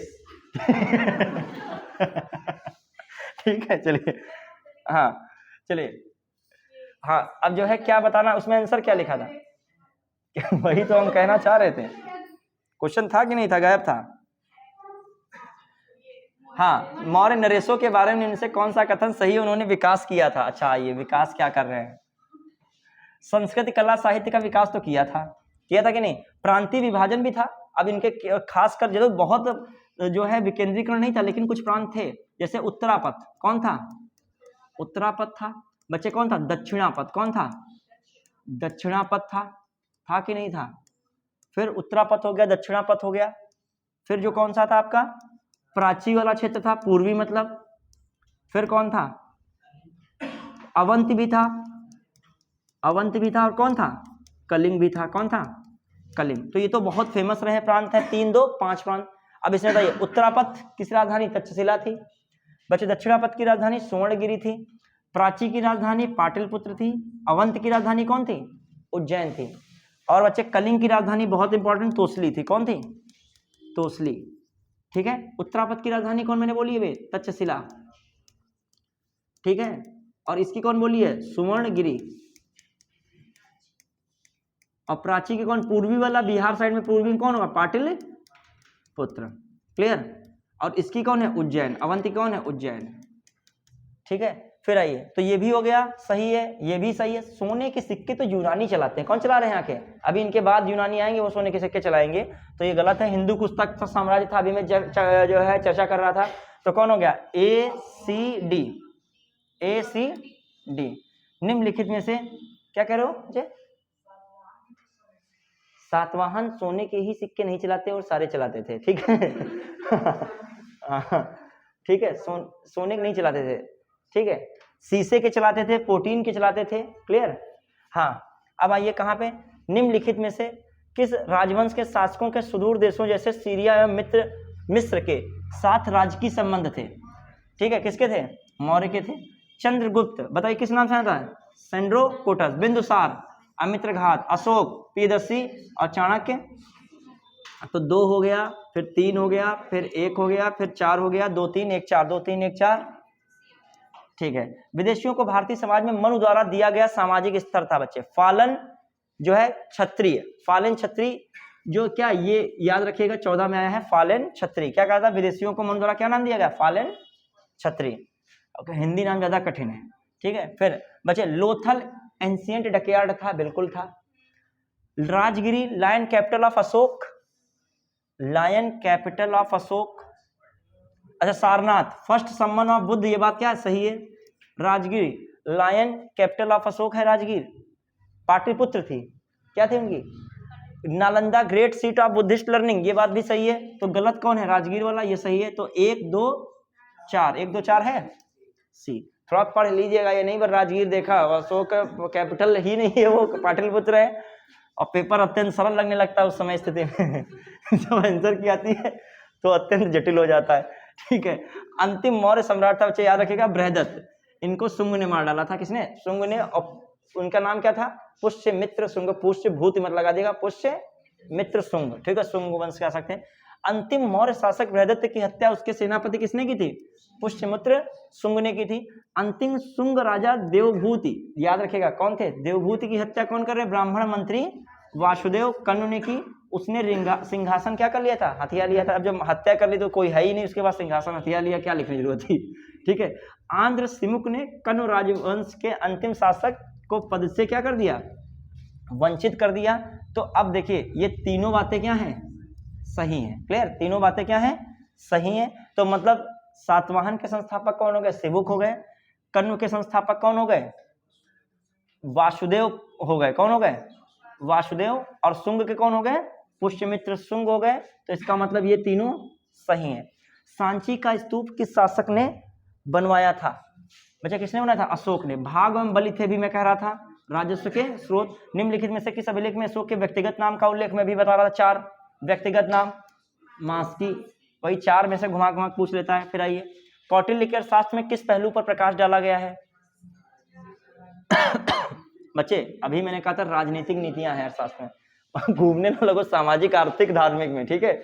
और तीनों कंफ्यूज, जल्दबाजी में हो जाओगे कंफ्यूज। और आर्थिक जो देख लिया सबसे पहले, ठीक है, तो पहले ही पक्की है बात। किस लघु स्तंभ में, अब जो पढ़ा नहीं होगा वो कहेगा, जो मतलब हिंदी का व्यक्ति होगा वो कहेगा ये अर्थ से संबंधित है, आर्थिक। ये बहुत सरल क्वेश्चन हो गया है, ठीक है। चलिए, हाँ, किस लघु स्तंभ लेख में अशोक की पत्नियों में एकमात्र कारुवाकी का और पुत्रों में एकमात्र तीवर का उल्लेख है? बच्चे किसमें होगा? इलाहाबाद के लघु स्तंभ लेख में। क्लियर? याद रखिएगा, ये बच्चा क्वेश्चन है। एकमात्र पत्नी कौन है? कारुवाकी है। पुत्र कौन है? तीवर। चाणक्य अपने बचपन में किस नाम से जाते थे? विष्णुगुप्त। क्या क्या बच्चे? देवगुप्त नहीं है, वैसे विष्णुगुप्त ही है। कौन है? विष्णुगुप्त है। देख लेगा विष्णुगुप्त ठीक है। पता है देवगुप्त का हमको कंफ्यूज कर दोगे तुम लोग, वैसे विष्णुगुप्त है, फिर भी देख लीजिएगा, ठीक है। वैसे अब हमको कंफ्यूज कर, देव विष्णुगुप्त ही पढ़ा हमने। अभी हमने जितने नाम पढ़े उसमें इनके यही सब नाम आए हैं। ऋषि चाणक्य के पुत्र थे चाणक्य। फिर जो है ये सब चीजें थी वहां पे। हाँ, मौर्य काल में सीता से तात्पर्य अब हिस्ट्री में कुछ कहा नहीं जाता, पता नहीं कौन सा किसका नाम बुझ जाओ डीप में निकल आए, ठीक है। फिलहाल के लिए हमने विष्णुगुप्त पढ़ा। मौर्य काल में सीता से तात्पर्य बची राजकीय भूमि से प्राप्त आय। फिर आइए, निम्नलिखित में से किसने आश्रित पत्नियों एवं बच्चों को समुचित व्यवस्था के लिए, समुचित किए बिना भिक्षु बनने वाले व्यक्ति के लिए क्या रखा था? दंड का प्रावधान रखा था। मतलब यदि अपने पत्नियों बच्चों की व्यवस्था सही से नहीं करोगे, संन्यास ले लोगे, तो क्या दिया जाएगा आपको? दंड दिया जाएगा। कौन कह रहा है? ये कौटिल्य कह रहे हैं। कौन कह रहा है? चाणक्य। क्लियर? याद रखिएगा। इंडिका का लेखक कौन था? बच्चे कर लेंगे, मेगास्थनीज था। भारत का प्रथम अस्पताल औषधि बाग, बच्चे याद रखिएगा, कौन बनवा रहे हैं? अशोक। निम्नलिखित अभिलेखों में किसमें अशोक का नाम उल्लिखित है? बताइए। फिर वही 4 वाले में से कौन? गुर्जरा हो गया। सम्राट अशोक के राजा देशों का सबसे पहला विकुटन किसने किया था? वही है, जेम्स प्रिंसअप है। कलिंग युद्ध का विवरण हमें ज्ञात होता है 13वें शिलालेख में। अशोक के निम्नलिखित अभिलेखों में किसमें दक्षिण भारतीय राज्यों का उल्लेख हुआ? अभी मैंने बताया था, दूसरे वाले में, याद कीजिए, बताया था दूसरे में। अगला, यूनानी लेखक जस्टिन द्वारा किसे सेंड्रोकोटस कहा गया है? चंद्रगुप्त मौर्य को। निम्नलिखित अभिलेखों में किसमें अशोक का अभिलेख भी पाया गया है? महाक्षत्रप रुद्रदामन का जूनागढ़ अभिलेख, गौतमी पुत्र सातकर्णी संबंधित ना सकते कौन पाया गया? महाक्षत्रप जो है यही है। क्लियर? अगला, बस खत्म होने को है, खत्म हो ही गया समझिए। कहाँ पे? बराबर पहाड़ी की गुफाओं के विषय में निम्न में से कौन एक सही नहीं है?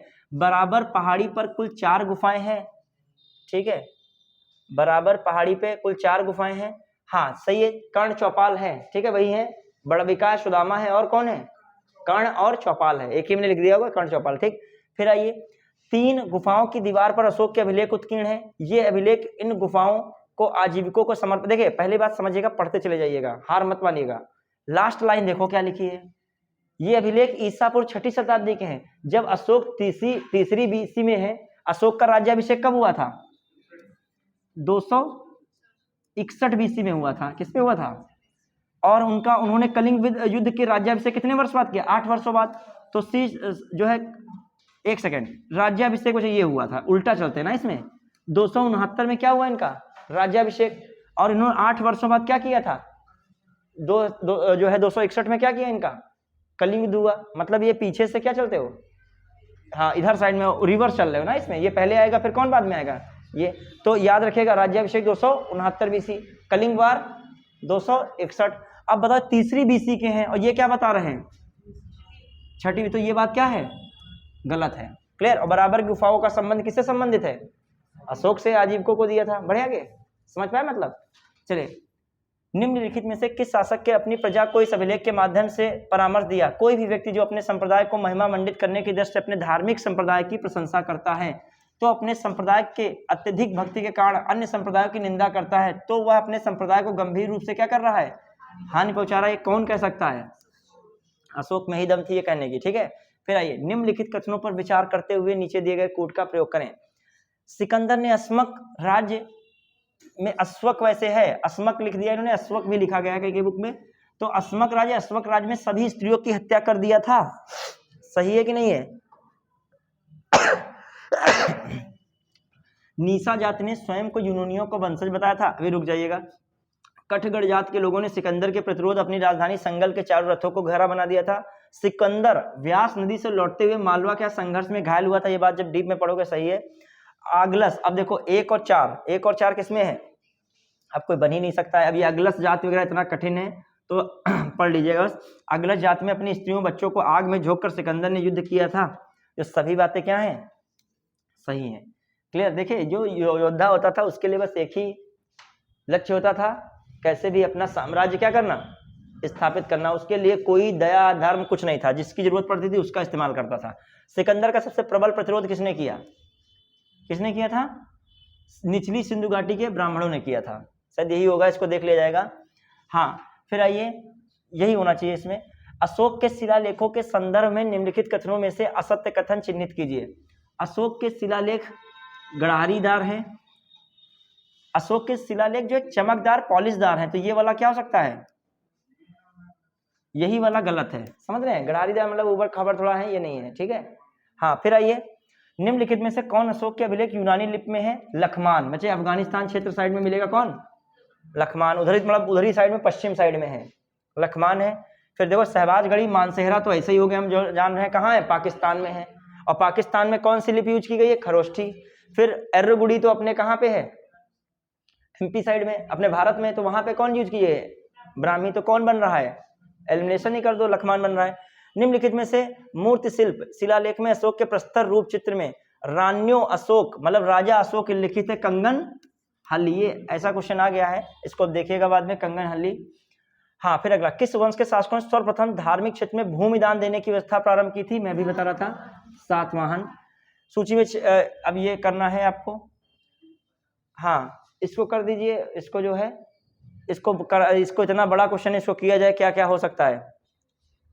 अच्छा, बड़ा कर दे, वहां से दिख नहीं रहा है ना, अब ये इसको मिलान ही कर लो यहाँ से। क्षेत्रज क्या होता था, अपनी पत्नी से उत्पन्न संतान।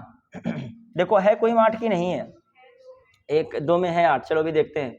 औरस क्या हो सकता था, जीवन भर कुंवारी रहने वाली, एक सेकेंड,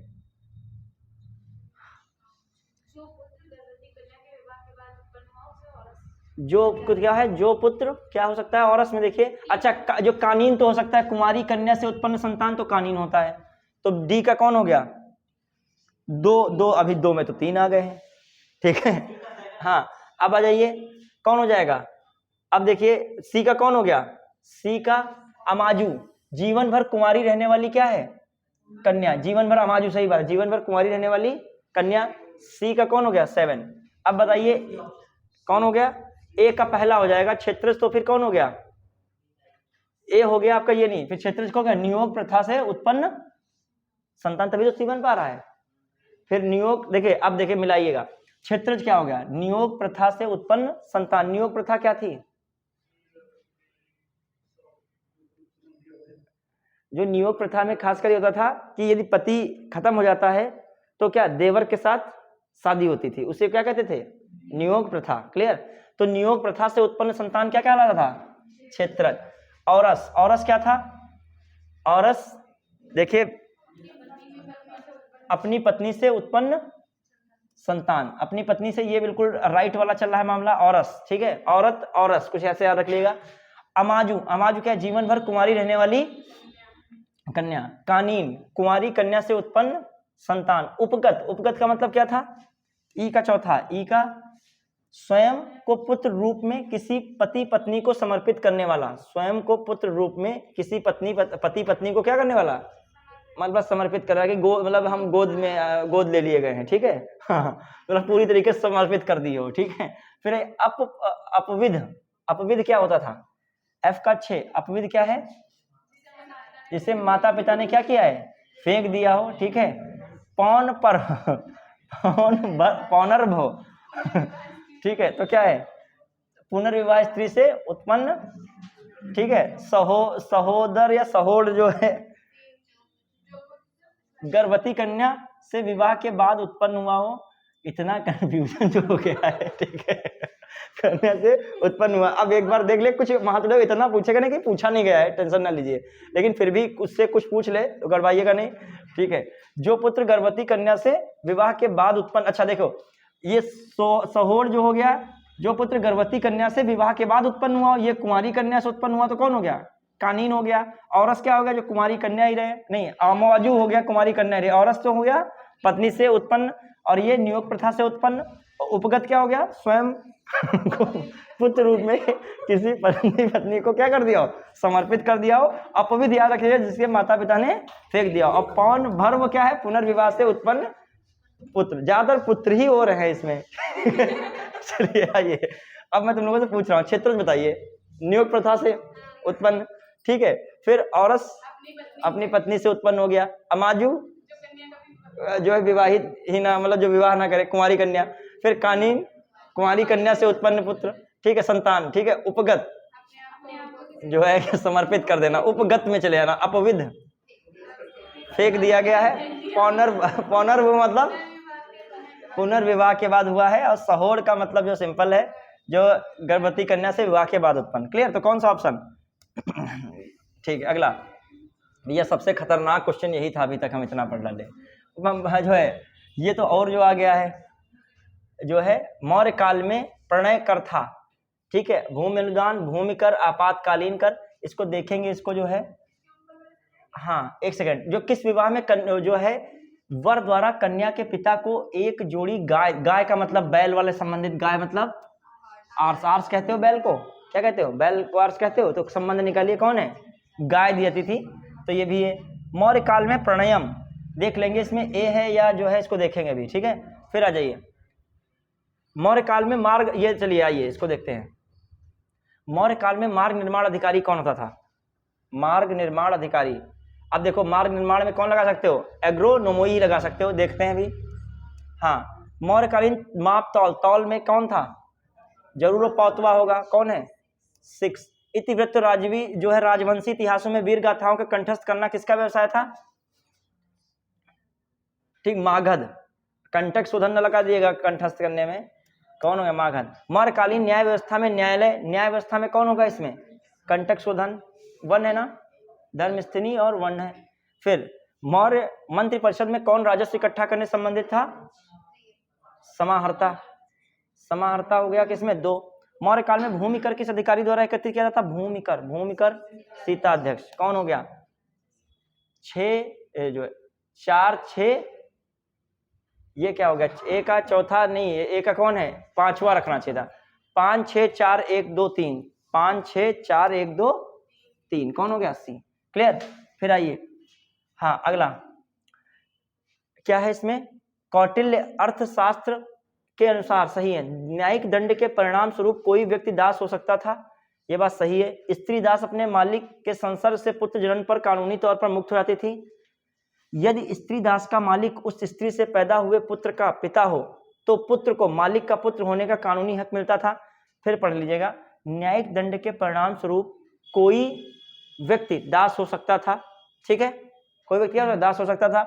स्त्री दास अपने मालिक के संसर्ग से पुत्र जनन पर कानूनी तौर पर मुक्त हो जाती थी, ठीक है, ये भी बात सही है। अपने मालिक के संसर्ग से पुत्र जनन पर क्या हो जाती, कानूनी तौर पर मुक्त हो जाती थी। यदि स्त्री दास का मालिक उस स्त्री से पैदा हुए पुत्र का पिता हो तो उस पुत्र को मालिक का पुत्र होने का कानूनी हक मिलता था। ये बात क्या है, बिल्कुल सही है।